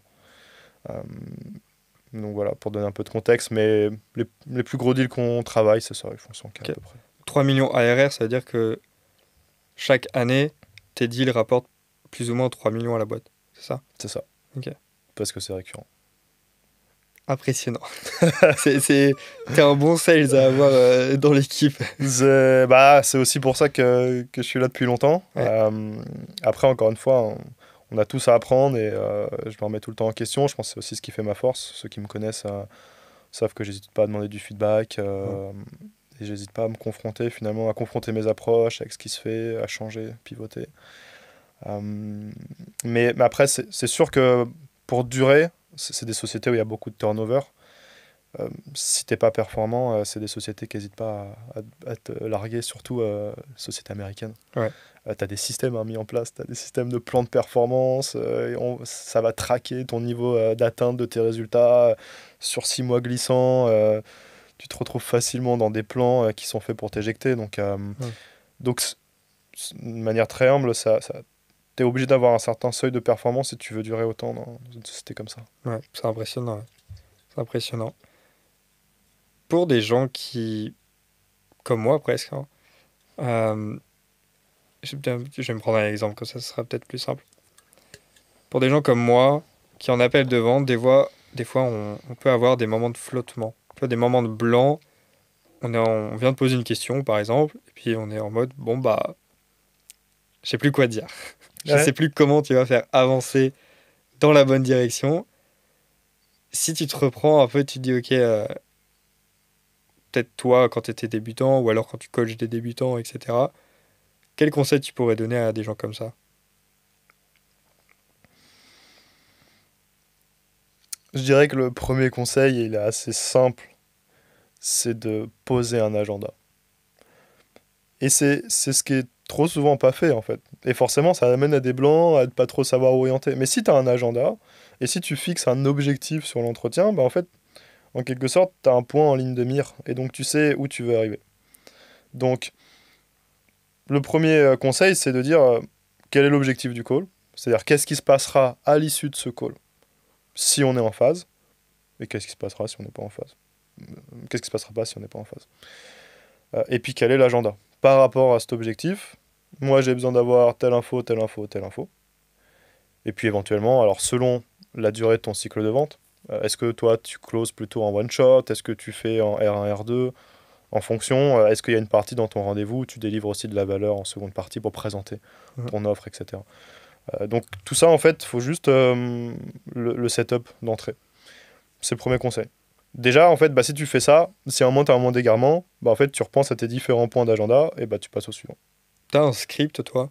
Tu sais, dans le business en ligne, en tout cas, en sales, on a beaucoup ce truc du script. Et il y a même un peu d'aller récupérer, tu vois, les scripts des Américains, d'essayer de les appliquer à son propre business. Est-ce que toi, t'as un script presque templatisé, tu vois, où t'as juste à changer Ouais. Bah, c'est là où j'allais en venir, en fait. Alors, tu peux faire un script. En plus de cet agenda, tu peux faire un script avec les questions. Et tu déroules, en fait. Ouais. Ce qu'on appellerait même un guide conversationnel, finalement, en français. Moi, je l'avais au début. Après, je m'en suis assez rapidement détaché. Parce que moi, je suis pas très scolaire. Ok. Et je suis pas très scolaire. Et si tu veux, avec l'expérience, tu sais de quelles infos tu as besoin. Et tu sais, quand tu analyses la personne que tu as en face, quand tu analyses un peu son blueprint, tu sais à peu près euh, où est-ce qu'il faut que tu ailles creuser pour aller chercher de la réassurance que ça vaut le coup d'échanger avec ces personnes-là, en fait. Pour expliquer juste blueprint, t'entends quoi par ça? Blueprint, tout simplement, c'est comme les maquettes pour l'image, donc où on voit tout en 3D, finalement on voit à l'intérieur. Donc le blueprint, c'est... Alors là, je l'utilise sur un aspect pas forcément blueprint émotionnel, mais plus... Enfin, aussi un peu, mais plus... je vois finalement à travers, par rapport à mes critères de qualification, où est-ce que finalement il y a une zone d'incertitude et j'ai besoin de m'approcher un peu plus pour voir, ok, si j'ai quelqu'un qui va avancer à la fin. Alors, ça peut paraître très flou, mais si typiquement quelqu'un qui vient me demander une démo, pour reprendre ton exemple, d'entrée de jeu, là, je vais avoir une grosse nébuleuse en termes de, ok, est-ce que j'ai quelqu'un de sérieux qui va Ouais. vraiment prendre une décision, ou est-ce qu'il vient, il se croit pas dans un showroom digital et il veut prendre une démo, il va me dire c'est intéressant, on se reparle plus. Donc le blueprint de quelqu'un, c'est un peu son objectif subconscient. Ouais, C'est-à-dire ce que la personne cherche, qu'elle le sache ou pas d'ailleurs. c'est ça, c'est une bonne définition. Et aussi, le décalage entre ce qu'elle dit et ce qu'elle peut faire. Dans le blueprint, je vais aussi mettre est-ce que la personne a vraiment de l'autorité et un pouvoir de décision sur ce sujet. Parfois, il y en a qui te disent qu'ils l'ont, mais en fait, ils l'ont pas. Et au feeling aussi, avec l'expérience, je vais parfois peut-être être un peu plus picky, être un peu plus méfiant sur quelqu'un qui va me dire ouais, je prends la décision parce que j'ai l'expérience. Et donc là, encore une fois, je vais mettre mon focus pour regarder le blueprint sur cet aspect-là plus. Donc l'idée, c'est qu'en call, je vais commencer très large et je vais essayer de très rapidement cibler les éléments que je veux qualifier. Et rentrer dedans plus. Ok. Donc pour un débutant ou quelqu'un... En fait, tu vois, moi par exemple, si je me prends en exemple encore une fois, la majorité de mes deals, c'est du referral. Donc j'ai un très très beau taux de closing si on regarde mon taux de closing, mais je sais que je suis pas bon en closing, je suis pas bon en sales. C'est juste que je joue le jeu en mode simple, que je connais très bien mon produit, que je sais poser les bonnes questions, tu vois. Mais dès qu'il y a une objection, par exemple, là ça va être plus difficile parce que en fait, généralement je m'en fous un peu du deal, donc dès qu'il y a une objection, je vais laisser passer. Je vais juste dire ok, bon bah au revoir, tu vois. Comment toi, est-ce que tu vas regarder ça et je vais mettre plusieurs questions à la fois. Le premier, c'est comment ne pas être needy tout en résolvant les objections. Parce que tu vois, il peut très, très facilement tomber dans le ah non, mais t'inquiète pas, et essayer, tu vois, de closer le deal malgré les objections. Comment ne pas être désagréable tout en gardant la frame. Parce que ça, c'est un point aussi. Moi, je sais que j'ai déjà eu ce problème en appel de vente. C'est j'essayais de mettre une frame, de mettre l'agenda, mais je devenais presque désagréable, tu vois, où j'étais trop pas moi, tu vois. Comment ne pas être désagréable tout en ayant le contrôle de la situation, tout en ayant la frame de la discussion. Ouais, super point. Beaucoup de value dans cet échange et je vois exactement ce dont tu parles. Déjà, il y a un point sur lequel je voudrais rebondir. Personnellement, je ne suis pas convaincu qu'être agréable t'apporte de meilleurs résultats. Je pense que ça dépend aussi beaucoup des personnes que tu as en face. Mais tu sais, c'est tellement variable d'une industrie à une autre. Tu vois, parfois, on va signer des boîtes de fonds d'investissement, des boîtes de services financiers où tu as des gens en face qui, tu sais, parce qu'ils montent un peu le bourrichon dans ces sociétés-là, tu sais, c'est un peu corporate, ou tu sais que c'est un peu... Tu sais, c'est un peu comme à la russe, tu sais, genre, tu sais, t'as ce dicton, enfin, cette pensée répandue qu'en Russie, si tu souris, tu montres que t'es faible, tu vois. Bah, il y a un peu de ça, tu vois, t'as des consultants, t'as des VP, des directeurs qui jouent un peu ce jeu-là. Et donc, en fait, plus tu essaies de montrer que t'es agréable, en fait, bah, plus tu te sabotes un peu dans ta power frame, dans ta dynamique. Donc, en fait, déjà, faut s'adapter. Et puis même, je suis pas forcément convaincu qu'être agréable soit payant dans tous les cas. Je fais un petit aparté. Mais tu vois, en emailing, plus ma zone de génie, on va dire, il y a beaucoup de gens qui, bon, même en marketing en général, en fait, je vais dire, beaucoup de gens qui essayent d'être aimés, mais il vaut mieux être respecté qu'être aimé.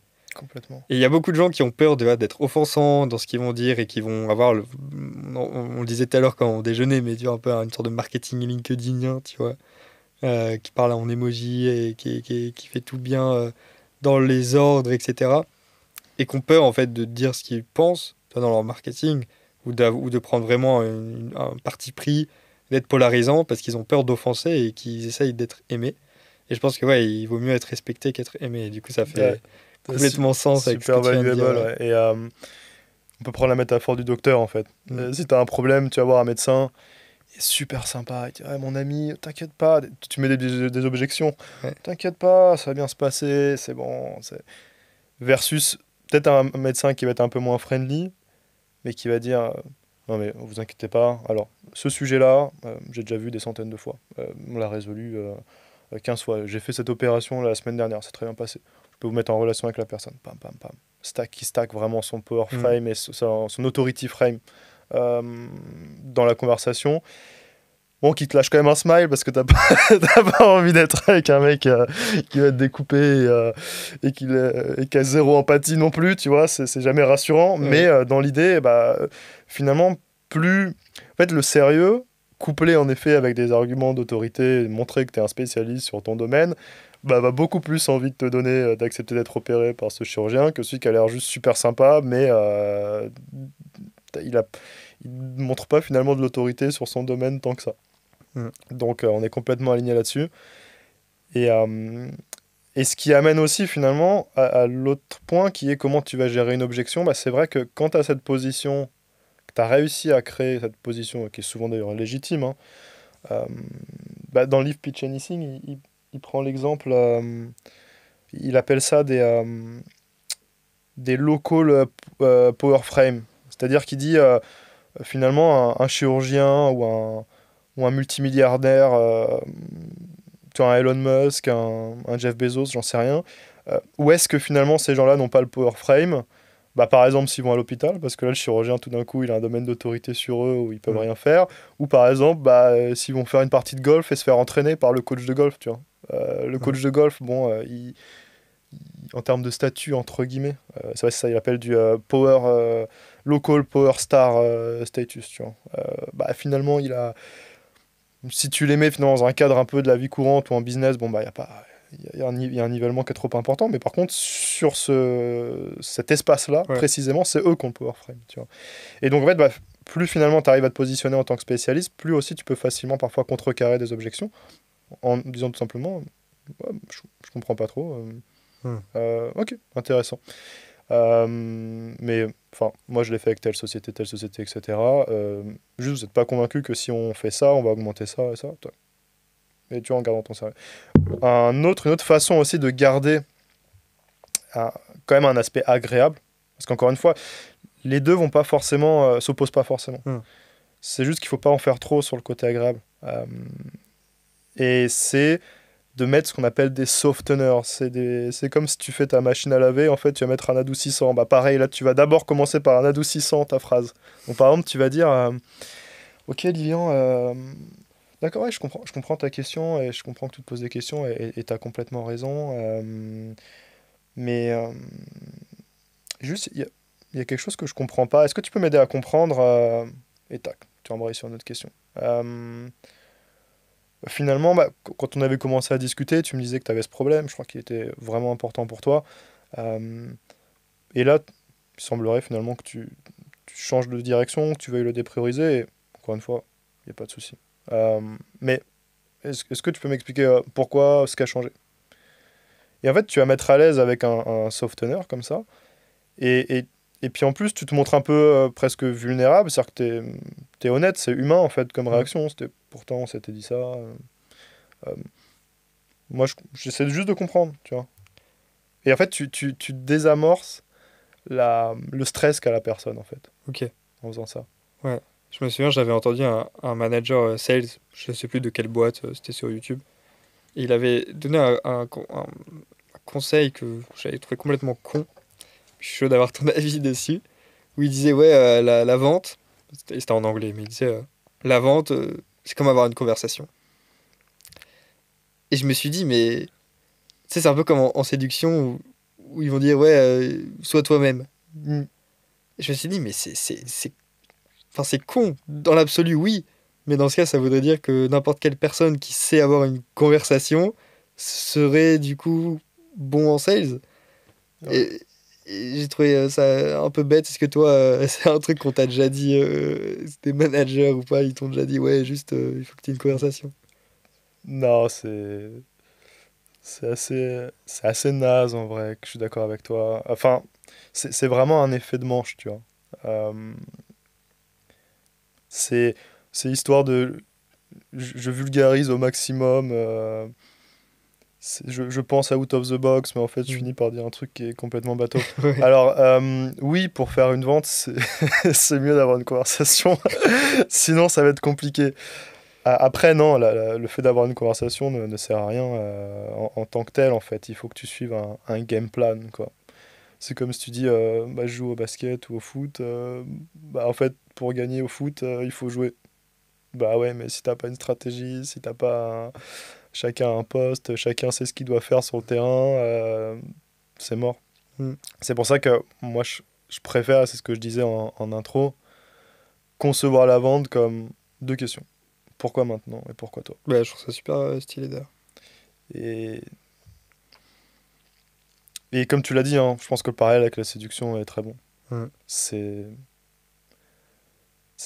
Il n'y a aucun principe de coup qui est appliqué finalement. Et en fait, ça sous-entend que les principes de vente n'existent pas, ou les principes de séduction n'existent pas. Être bon en sales, ça aide avec les meufs? Je savais que tu allais me la poser, celle-là. Bien sûr que ça aide. Bien sûr que ça aide. Euh, En fait, j'ai envie d'élargir d'ailleurs le sujet. Je pense que la vente, et je dirais même peut-être encore plus la vente complexe, c'est ce qui a peut-être de plus en phase avec le développement personnel en fait. Parce que bah, si tu es sales, tu dois te confronter au rejet et l'accepter et le dissocier finalement de toi. Euh, Tu dois être confronté au fait de perdre des deals. Tu dois garder ta confiance, ton assurance. Tu dois être capable de communiquer, de comprendre, de faire preuve d'empathie vis-à-vis des gens en face de toi. Tu dois être capable du coup de faire résonner ta proposition de valeur avec ce dont les personnes ont besoin euh, et de faire matcher les deux. Et tu dois avoir de l'adhérence et plus aussi tu communiques, ça c'est un 5 ou sixième point, bah, en fait plus tu deviens éloquent, et ça va payer aussi sur le développement personnel, sur ta capacité à connecter avec les gens, à te faire un réseau et la séduction. Donc rien que par rapport à ça, je te dirais oui complètement. Et ensuite, clairement, l'assurance, le eye contact, Mm. plein de sujets comme ça qui vont t'aider énormément. Après, il faut pas tomber dans la caricature du sales. Ouais. Il y a probablement pas grand-chose de plus repoussant que ça. Donc, faut garder un peu de distance aussi. Mais dans l'idée, c'est ultra valuable, ouais. Ok. Est-ce qu'on peut parler un peu de... On en parlait tout à l'heure en déjeunant, du télétravail et tu vois, un peu de la nouveauté dans la vente qui n'était pas du tout présente dans les années 60, Mm. qui est la vente sur Zoom. Qu'est-ce que tu... La vente sur Zoom. La vente sur Zoom. Qu'est-ce que tu penses, toi, du télétravail? Est-ce que tu as déjà fait des ventes en physique? Mm.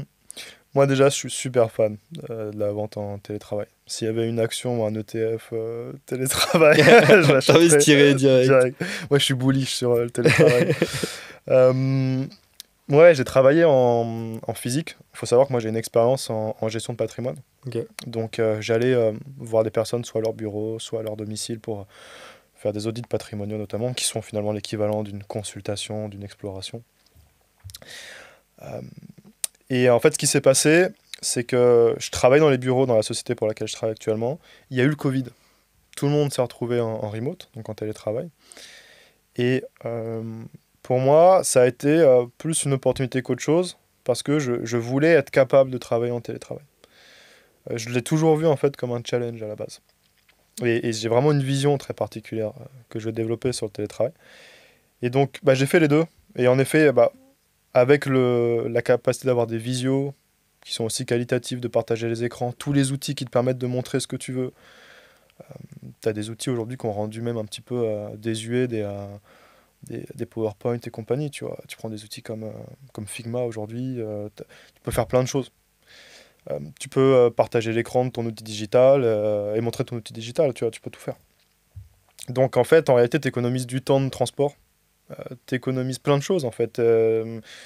Et le fait de faire du télétravail, ça t'a pas besoin de commute en fait. Ouais. Alors après, moi je sais qu'il y a des gens, ils préfèrent faire 1 heure aller, 1 heure retour, parce qu'ils adorent les transports en commun. Ouais. Moi, c'est pas mon cas.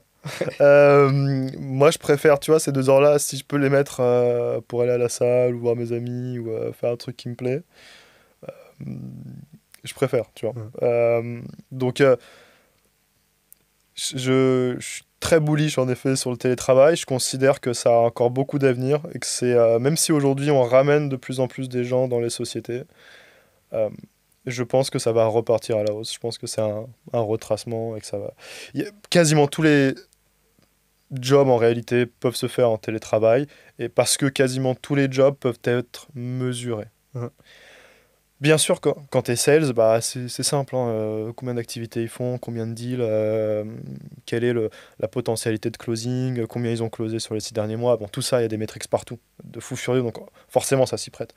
Mais en réalité, même pour un consultant, un dev, qu'est-ce qu'il doit délivrer comme projet, comme pièce de code, sous quel horizon de temps. Tu peux aussi assess le niveau de qualité de ce qui a été fourni.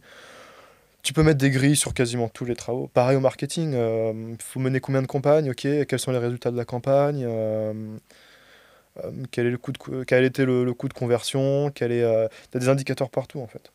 Donc pour moi, c'est beaucoup plus une façon de penser comment j'évalue la qualité d'un travail quantitativement et qualitativement.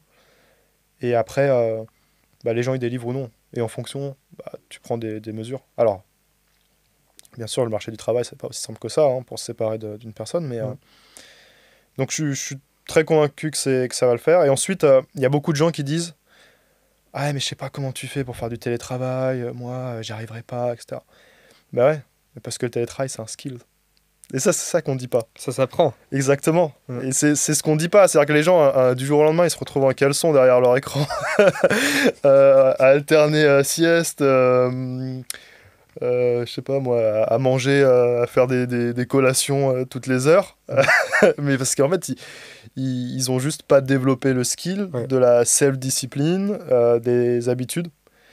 Et ils savent pas stacker des habitudes, en fait. Et d'ailleurs, il y a un bouquin qui est très bien là-dessus, qui est Atomic Habits, en fait, qui te donne plein de clés pour justement gérer ton quotidien. Ouais. Et donc pour moi, c'est plus... Pareil, j'ai envie de reframer ça complètement. C'est plus une mauvaise façon d'adresser le sujet. C'est Ouais. le télétravail, c'est pas pour moi, parce que moi j'aime bien avoir des gens autour et j'ai besoin d'aller au bureau. Bah non, j'ai envie de te reframer ça, c'est parce qu'en fait tu sais pas comment réellement bien faire du télétravail, gérer ton temps, gérer tes habitudes et adapter finalement ton espace, tes habits pour que ton télétravail soit successful. Ouais. Je sais pas ce que Ouais. t'en penses, toi. Je sais pas si t'as une vision Bah, moi, là-dessus. c'est vrai que dans mon business, j'ai toujours, depuis 5 ans, travaillé sur Internet. La plupart des gens avec qui j'ai taffé, c'était sur Internet. Alors, quelquefois, j'ai rencontré des clients en physique. J'ai taffé en physique avec quelques personnes. Mais c'est vrai que j'ai toujours tout fait sur Internet, toujours tout fait en Zoom, etc. Je voyage beaucoup. Mais les collaborateurs avec qui je travaille, ils voyagent généralement beaucoup, ou ils habitent pas en France, ou ils habitent Hmm. machin. Donc forcément, moi je kiffe le télétravail et je suis 100% aligné avec le côté créer ses vraies habitudes, là où je suis peut-être pas forcément le meilleur là-dessus d'ailleurs, mais ouais, être capable de se poser un cadre de travail et de se dire ok, bah c'est comme ça que je vais pouvoir faire ma vie. Et je pense que d'avoir connu que toi t'es connu avant et après, et que moi j'ai pas connu ce avant, Ouais. puisque j'ai jamais travaillé de ma vie, littéralement, hormis dans ma propre boîte. J'ai pas connu, tu vois, ce truc de. Enfin, sauf à la fac, quoi, où Hmm. je devais me lever. Mais ce espèce de cadre qui, à mon avis, est quand même un peu bénéfique, en tout cas au début. Tu vois, d'avoir. Quand tu débutes dans le monde du travail, je pense que c'est bénéfique de faire peut-être 1, 2 ans, tu vois, en physique, pour avoir ce cadre qui est posé, apprendre, tu vois, t'apprends quand même plus vite quand t'es en physique que lorsque t'es en télétravail. Et je l'ai vu, hein, même pour travailler, je trouve que lorsque t'es en physique, tu travailles plus vite, surtout. Ah. Quand tu vois, quand tu es un cadre collaborateur, par exemple, si tu as, je sais pas, tu te dis, bon, bah, viens, on prépare un gros webinaire. Franchement, si tu me dis, bon, là, on a un mois pour préparer un gros webinaire, on le fait soit en physique, soit en visio, comment on fait, tu vois? Bah, en physique, tu iras plus vite. Parce que tu es à côté, parce que tu vois le transfert d'informations, il est meilleur, il est plus rapide. Mais par contre, tu vois, sur du sales, bah, je trouve que tu as aussi un énorme gain à, comme tu as dit, à pas être en physique, puisque tu gagnes tellement de temps qui compound, tu vois. Chaque jour, les 2 heures de temps de la veille que tu as pu utiliser pour faire autre chose, soit pour closer plus de deals, pour aller plus vite, et ben ils compoundent tous les jours, tu vois. Hmm. Et c'est sûr qu'à la fin du mois, tu as pu sûrement avoir plus de conversations que si tu devais les faire en physique. Ouais, c'est super intéressant. Je pense qu'il y a une notion aussi dans tout ça qui est clé parce que sur ton exemple du webinar, c'est intéressant d'avoir ta perspective là-dessus. Euh, ça résonne pas forcément avec moi. C'est-à-dire que je suis pas Mm. forcément d'accord, dans le sens où, pour moi, c'est que c'est une problématique de management. Mais c'est vrai que pour vous, finalement, bah, si vous allez faire un webinar, potentiellement, vous êtes associé sur un projet, donc finalement, c'est très horizontal, et Mm. donc ça, il y a peut-être pas forcément quelqu'un qui va se mettre au-dessus, qui va devoir piloter tout ça. Tu dois faire un webinar dans une société tech ou pas, bah, en fait, il y aura quelqu'un qui va manager. Et de toute façon, j'ai envie de dire, c'est le présupposé aussi d'être dans une société, c'est qu'il y a Mm. des strates de management, en fait. Ouais. Sinon, bah, c'est peut-être aussi là la différence. Et donc, à partir du moment où tu as quelqu'un qui manage, bah, en fait, il faut délivrer. Et que tu sois en interne, dans les bureaux ou chez toi, bah, tu délivres ou tu délivres pas. C'est binaire à la fin. Mm. Donc, c'est pour ça que pour moi, là-dessus, je ne suis pas forcément trop joindre, mais encore une fois, dans le cadre de l'entreprise. Et après, sur l'autre aspect, moi, je le vois parce que je passe au bureau de temps en temps. Moi, je suis plus productif chez moi. Mm. Parce que mes plages, c'est carré. Parce que je suis moins tenté de discuter. Moi, je suis dans une boîte où quasiment tout le monde a le même âge. Les gens sont super cool. Donc, forcément, t'es tenté de parler avec plein de gens. En plus, je m'entends bien avec tout le monde. Donc, euh, c'est, c'est rarement ma journée la plus productive quand je vais dans les bureaux, tu vois. Ah, globalement, sales, c'est tu prends 50 extravertis que tu mets, que tu mets au même endroit. C'est ça. Puis dans le lot, t'as plein de mecs qui sont drôles. Non, c'est Mm. carrément. Puis tout le monde est intéressant. Et puis c'est ce que tu dis, en fait. Tout le monde a de la communication, a de la chat. Donc, par contre, tu rigoles bien. Ouais. Ouais, bah ouais, j'imagine. Ça, c'est cool. T'es payé à rire, Ouais, finalement. Pas mal. c'est ça. Ouais, ok, intéressant. Je suis grave qu'on parle un peu de voyage. Parce que je sais que toi, t'as vécu, comme t'as dit au tout début, t'as vécu pas mal en Amérique latine pendant tes études, si je sais pas de conneries. Ouais. Euh, Et travailler aussi un peu. ok. T'as vécu où? Comment ça s'est passé? Des expériences un peu stylées? Ouais. Raconte-nous un peu. La première expérience en Amérique latine, c'était au Mexique. Là, c'était un équivalent à Erasmus. Ouais. Et je me rappelle bien parce que, si tu veux, il y avait l'université qui était au sud du Mexique. Et moi, déjà, quand j'étais arrivé au Mexique, je savais pas trop. J'avais pris celle qui avait le meilleur blason, qui était la mieux classée. Parce qu'en fait, c'est un classement dans ton école de commerce. Et en Ouais. fonction de là où tu es classé, tu peux avoir plus ou moins un des meilleurs choix, tu vois. Euh, donc plus finalement t'es bien classé, quand toi tu délivres ta liste, bah, plus t'as des chances d'aller sur des trucs stylés. Plus t'es bas, je veux faire de l'ombre à aucun pays, mais plus t'as des chances de soit rester en France, soit te retrouver en Belgique à 40 minutes de train. Et donc c'est sûr que le dépaysement est un peu moins fun. Ou dans des régions un peu compliquées en Inde, je sais rien, tu vois. Mais donc c'est pour ça que c'est important de travailler bien et travailler bien, les gars. Si vous êtes en école de commerce, faites un bon ranking. Et donc moi je m'étais retrouvé au Mexique et donc j'arrive là-bas. Au début je sais pas trop. Bon, on trouve, j'y allais avec une pote que je connaissais et on se prend une piole sur un hôtel qui est tout proche, qui était recommandé.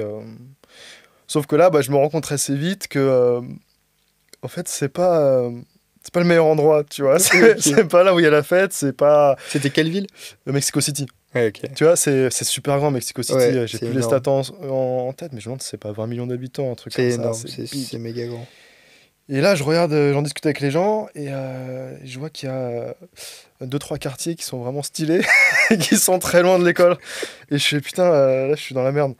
Donc, t'as la Condesa, t'as Roma Norte et Polanco, pour ceux qui connaissent un peu.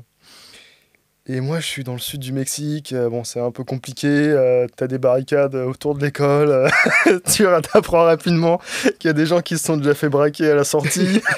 T'as première amphi, on te dit bon, comment on reconnaît un bon taxi parce qu'il y a beaucoup d'enlèvements. Tu sais, ça te met pas super bien, tu vois. Et là, je commence à réfléchir à une stratégie et tout.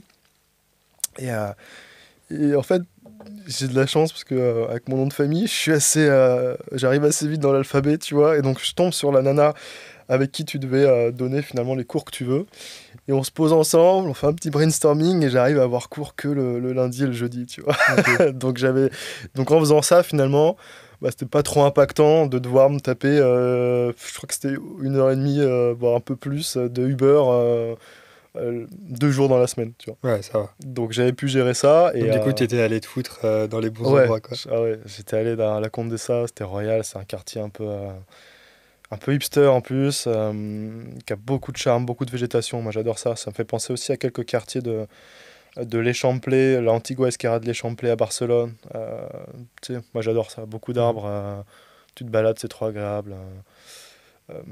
Donc ouais, j'ai une très bonne expérience là-bas. Puis après, j'ai pas mal voyagé. Fait le Chiapas, j'ai fait la Riviera Maya avec Cancun, Tulum, Islas Mujeres, Bacalar et tout. Et super expérience, ouais. Le Mexique, ça a été la première grosse expérience dépaysante parce que bah, t'es dépaysé en fait sur tous les plans. Ouais. La nourriture. Toi, tu y allais aussi, tu sais, Mm. tu sais, les ingrédients de base, c'est pas les mêmes. Tu vois, Ouais, ça, tu le sais pas parce que tu vas en Italie, bon, ok, on a des pâtes aussi, tu vois. Ok, ouais. elles sont moins bonnes chez Ouais. nous, mais des pizzas, bon, on en a aussi, tu vois. Mais là, vraiment, tu sais, tous les éléments de base sont différents. Ça n'a rien à voir, genre juste la bouffe que tu vas aller chercher rapidement, Aussi, c'est pas un grec comme, comme ouais, en bas, c'est des tacos, c'est machin. ouais, c'est masterclass. Mais c'est trop bon. C'est C'est la incroyable. bouffe au Mexique, j'avais tellement kiffé. Puis les gens sont super cool. Ouais. Même les paysages sont très différents, l'esthétique, tous les aspects culturels en fait, sont la musique. Mm. Puis là-bas, tu bois de la tequila, tu vois, c'est complètement différent. Comment ça s'appelle? Le mezcal? Le mezcal. Le mezcal. Je suis un Mais le énorme mezcal, fan. tu sais que la première fois que je suis allé au Mexique, je me souviens qu'on m'avait parlé du mezcal, je crois. Et il me semble que c'est le mezcal, celui où il y a un insecte dedans, là. Non, C'est pas le mezcal, ça? c'est pas ça le On mezcal. m'avait montré une Ouais. bouteille.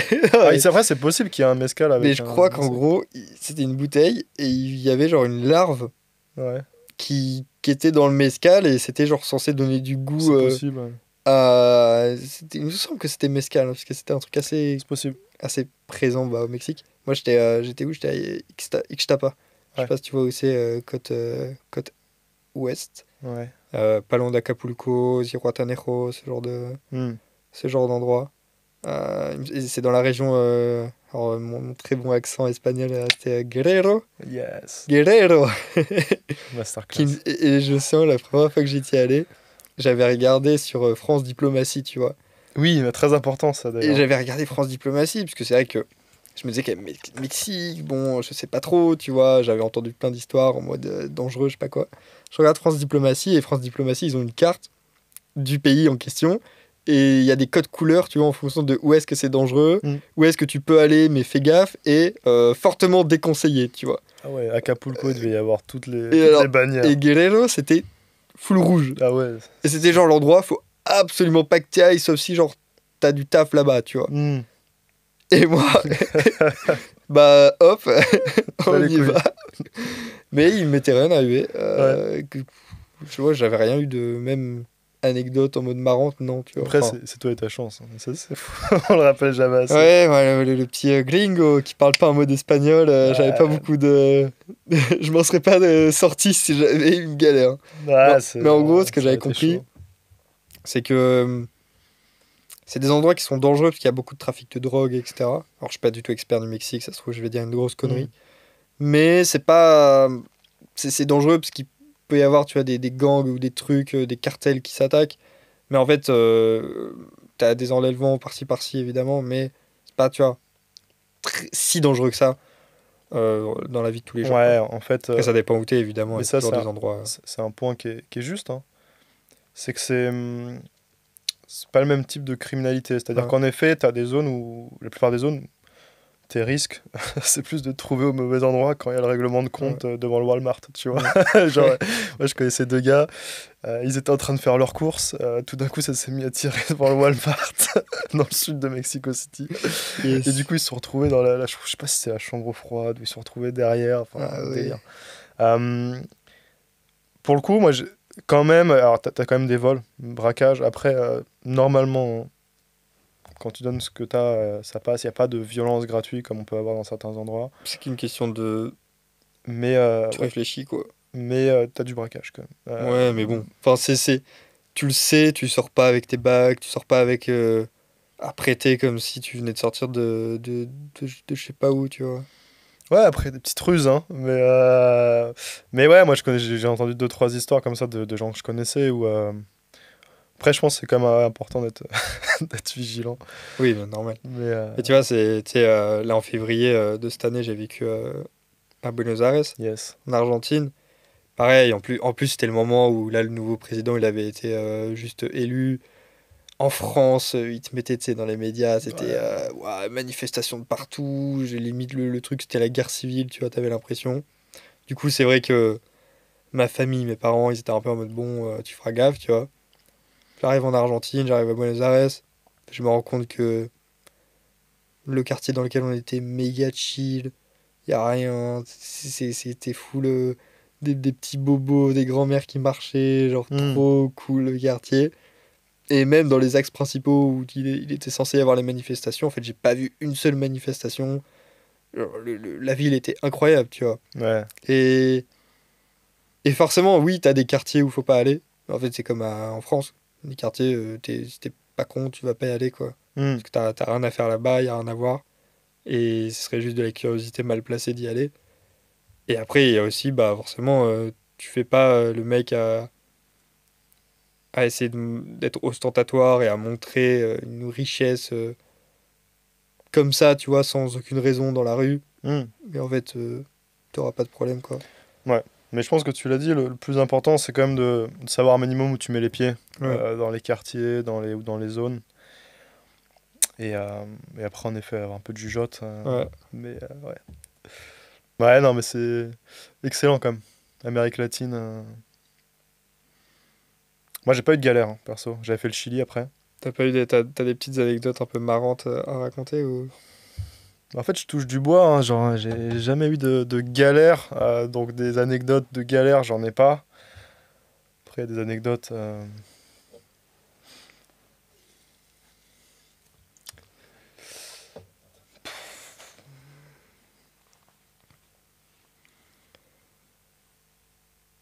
Après, il y en a dont j'ai pas envie de parler ici, tu vois. On se connaît. Euh, On se connaît. Euh, on peut revenir un peu sur la sales, etc. hmm. Moi, la question que je me suis posée, puisque avant, tu étais dans la gestion de patrimoine, comme tu as dit, pourquoi tech? Pourquoi tu es parti dans la tech? Est-ce que tu pourrais un peu nous parler de l'opportunité de la tech, de qu'est-ce qui est vénère dans la tech, si je peux le dire comme ça? Ouais. Bah, en plus, t'es trop fort parce que ça refait une transition en plus. T'es vraiment excellent. Ça a commencé au Chili, en fait, cette réflexion. Ok. C'est-à-dire que moi, il faut savoir que quand je finis de diplômer, donc en 2018, euh, je commence à être contacté par des boîtes de conseil et je m'étais dit que je voulais faire du conseil. Ok. Donc, genre Donc, conseil type KPMG, dans ce genre de boîte? ouais, Ok. exactement. Euh, je m'étais mis quand même un petit focus, ça s'appelait transformation digitale, Ok. parce que j'étais à un moment donné où je cherchais quand même du nouveau, de l'innovation. En termes d'expérience, en effet, bah, j'avais fait un peu de gestion de patrimoine, j'avais fait marketing, bizdev dans un cabinet d'audit. Je voulais surtout pas retourner dans ce genre de truc. Le conseil me plaisait bien parce que j'ai un bon esprit analytique et de synthèse en général. Et du coup, je passe des entretiens, je suis pris, je signe un CDI, ok, all good. Mais j'arrive à la fin et je me dis, moi j'ai envie de repartir. Tu vois. Et là, je lâche tout pour un VIE que je trouve pour une boîte française au Chili, tu vois. Ok. Payé beaucoup moins du coup. Ouais. Et donc là, je me retrouve au Chili et dans les différentes missions que j'avais, il y en a une qui était organiser un concours de start-up. J'étais bras droit aussi du CEO pour quelques projets en interne, faire des business cases, notamment il y avait un investissement sur un camion citerne à un moment donné. Et j'épaulais aussi le DSI sur des sujets un peu plus tech. Ok. Et en fait, utiliser un outil de business intelligence, pour les gens qui ne connaissent pas trop, c'est des outils qui permettent de faire des reporting et en fait de rendre visuel toute la data. Tu agrèges toutes tes data, tu fous tous tes Excel, tous tes fichiers, nan, nan, puis après tu fais des beaux tableaux. Et donc tu as une data finalement qui est visuelle, donc tu Ouais. peux prendre des décisions. Ouais. Et j'avais trouvé ça incroyable, et je m'étais dit putain c'est super puissant. Euh, Moi je connaissais Excel, spreadsheet, je faisais Publisher à l'ancienne. Je Ça me a disais, commencé à remonter. ouais, au-delà de ça, il y a des trucs quand même puissants et qui ont un vrai impact en fait. C'est-à-dire que c'est tech, mais c'est un vrai impact sur les stratégies, sur le chiffre d'affaires. Et le DSI disait toujours ça. En fait, dans une société, celui qui contrôle la data, celui qui contrôle le digital, la data, en fait, bah, il contrôle le business. Et en fait, ils sont super dépendants de toi ensuite. Parce que c'est toi qui as la mine d'or de l'information. Et donc, je rentre en France. Je discute un petit peu avec des amis, dont un qui travaille en ESN Ok. et qui commençait à s'intéresser au monde des éditeurs de logiciels. Moi, ça résonnait avec ce logiciel que j'avais testé. Et il commençait à me dire, ouais, il y a des vrais salaires, des vrais niveaux de rémunération sur ce secteur-là et tout. Faut qu'on se penche dessus. Moi, je regarde rapidement sur LinkedIn les alumni de mon école. J'en vois un qui est dans la société du logiciel, je l'appelle. Je tombe sur un gars qui s'appelle Bruno, qui me file full value. Au téléphone, il me prend 1 heure et demie, il me donne énormément de conseils sur comment choisir la bonne boîte, etc. Et là, si tu veux, je suis à un moment où je me dis, ok, il y a une belle rémunération à aller chercher là-dedans, ça a l'air super fun, les produits sont super excitants. En plus, je peux aller à l'étranger parce que tu as plein de boîtes qui se développent d'abord en Espagne ou en Irlande avant de scaler, d'ouvrir des bureaux dans les autres pays. Donc, je peux encore partir à l'étranger. Je me dis, ouais, insane. Et en plus, j'avais fait une expérience en gestion de patrimoine plutôt commerciale et j'étais bon en fait. Mais je savais que j'étais bon là-dedans. Hmm. Juste l'expérience m'avait saoulé, mais je savais que je pouvais être bon. Et donc en fait, tout se goupillait et je suis tombé là-dedans. Et, Ok. Donc en gros, secteur tech, c'est un secteur porteur, c'est un secteur avec des bien meilleures rémunérations, des conditions de travail qui sont aussi bien meilleures pour les sales. Donc là, si par exemple il y a des sales qui nous écoutent, qui taffent en B2B, en B2C, qu'importe, et qui sont pas dans la tech, tu leur conseillerais d'aller dans la tech. complètement, si c'est aligné avec leurs ambitions et ce dont ils ont besoin. Ce que j'adore dans la tech, c'est que déjà, tu es au cœur de l'innovation. Ouais. Donc ça bouge tout le temps, tu apprends des nouvelles choses, ton produit, ta solution, elle évolue. Donc tu es tout le temps challengé et puis c'est stimulant Ouais. intellectuellement. Tu vends pas un produit qui est figé, donc ça c'est super gratifiant et intéressant. Euh, c'est challengeant, c'est dur. Moi j'aime bien le défi, donc c'est cool. Tu as des avantages en effet, le télétravail, tu vas plus facilement l'avoir quand tu vends une solution digitale, que tu vends sur Zoom comme tu dis, que quand tu fais la tournée des boîtes du secteur avec ta voiture, Ouais, en tu vois, porte-à-porte. exactement, ça va de soi. Et puis la rémunération, c'est décorrélé de tous les autres secteurs. Ok. C'est, tu peux faire facilement un x2, x3, voire x4 sur ce que tu gagnes Et aujourd'hui. ça cherche. Et ça recrute énormément. Ça recrute énormément. Alors, bien sûr, quand tu vas commencer, tu vas pas forcément aller sur les plus hauts niveaux de rémunération, mais déjà, moi, j'ai aidé pas mal d'amis, de gens qui ont fait des conversions. Je pense à un ami qui était chasseur de tête, plutôt RH, il faisait de la Ok. prospection. Il a fait plus de 30% sur son salaire, au moins, même peut-être plus, d'entrée de jeu en signant dans une fintech française. Donc, c'est un gros game changer. Après, ce que je me rends compte, et les croyances limitantes qu'ont souvent les personnes qui discutent avec moi, et je la comprends en fait, c'est que souvent quand tu es sales dans ton secteur, soit tu es performant, soit tu pas performant. Et en fait, quand tu es performant, tu vas dire, attends, je suis performant dans mon secteur, est-ce que je vais me mettre en danger à aller sur un autre secteur? Alors que là, je suis bien, je vais peut-être gagner Ouais. plus, mais ça peut mal se passer. Donc tu as ce prisme-là, tu as cette croyance limitante-là. Quand t'es pas performant, tu as quand même une croyance limitante, tu dis, mais attends, là je galère, mon secteur a l'air un peu moins compliqué quand même. Ouais. Est-ce que je vais aller dans la tech ou ça a l'air d'être encore plus Ouais. dur? Surtout que tout le monde a cette barrière mentale de hop hop hop, moi j'ai rien à faire dans la tech, je sais pas coder, je sais pas faire un site internet, vas-y je connais un petit peu Instagram, je sais faire un réel mais ça s'arrête là, tu vois. Je sais scroller sur TikTok, et donc tu as aussi cette barrière où les gens pensent qu'ils doivent avoir des compétences Ouais. techniques qui les freinent énormément. Mais si la personne qui écoute ce podcast, elle est prête à se challenge, elle veut un nouveau challenge, elle a des ambitions d'aller chercher plus de rémunération, elle est excitée de se dire, voilà, je vais aller dans une boîte française ou américaine, mais au cœur de l'innovation, à fond, faut foncer, et ça recrute énormément, et il y a plein de gens qui n'osent pas, donc il y a plein d'opportunités. Toi, tu peux accompagner des gens du coup? Ouais, complètement. Moi, j'ai déjà fait plusieurs fois. J'ai une formation aussi qui est disponible avec les explications à tous les niveaux. Euh, comprendre tout le jargon, parce qu'il y a un vocabulaire dans la tech qui est aussi une barrière à l'entrée. Tu vois, nous, on a l'habitude d'utiliser beaucoup d'anglicismes. Mm. Ouais, tu le retrouves fois 100, donc c'est pas facile de naviguer. Tu vois, on Mm. l'a dit au début, sales, c'est quoi? Moi, je t'ai dit BizDev, mais je t'aurais pu te dire BDR, Mm. SDR, Inside Sales, Account Executive, CAM, Channel Account Manager. Tout ça, c'est dur de dégrossir quand tu es de Ouais. l'extérieur. Ouais. Donc, l'idée, c'est de baisser toutes ces barrières avec une compréhension de tout le lexique, comprendre les différents secteurs, comment cibler un secteur selon ton profil, où trouver l'information, comprendre les différents postes, comprendre les différents parcours finalement, les différents game plans que tu peux avoir. Ok, je commence par ce poste, dans tel type de société, de telle taille, puis ensuite je peux rebondir là-dessus pour arriver à tel niveau de rémunération en X temps.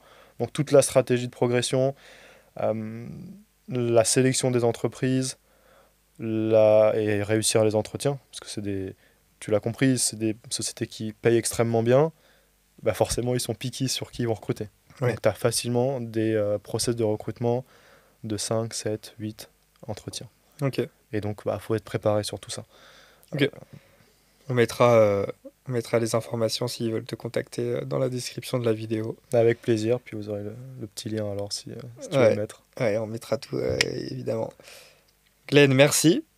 On arrive sur la fin de cet échange, de cette discussion qui était, ma foi, très intéressante.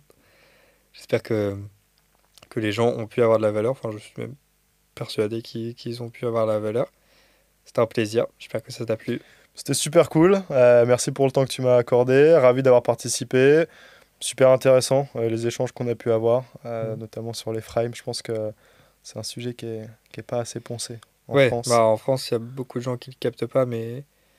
Ouais. Et c'est trop cool tout ce que tu fais aussi sur ton podcast. Merci. Pareil, des sujets que j'ai pu voir notamment avec Nabil, avec Tim, je crois. Liam, pardon. Peut-être que Tim, qui a un pote qu'on peut-être Tim connaît, aussi, tu le prendras. Ouais.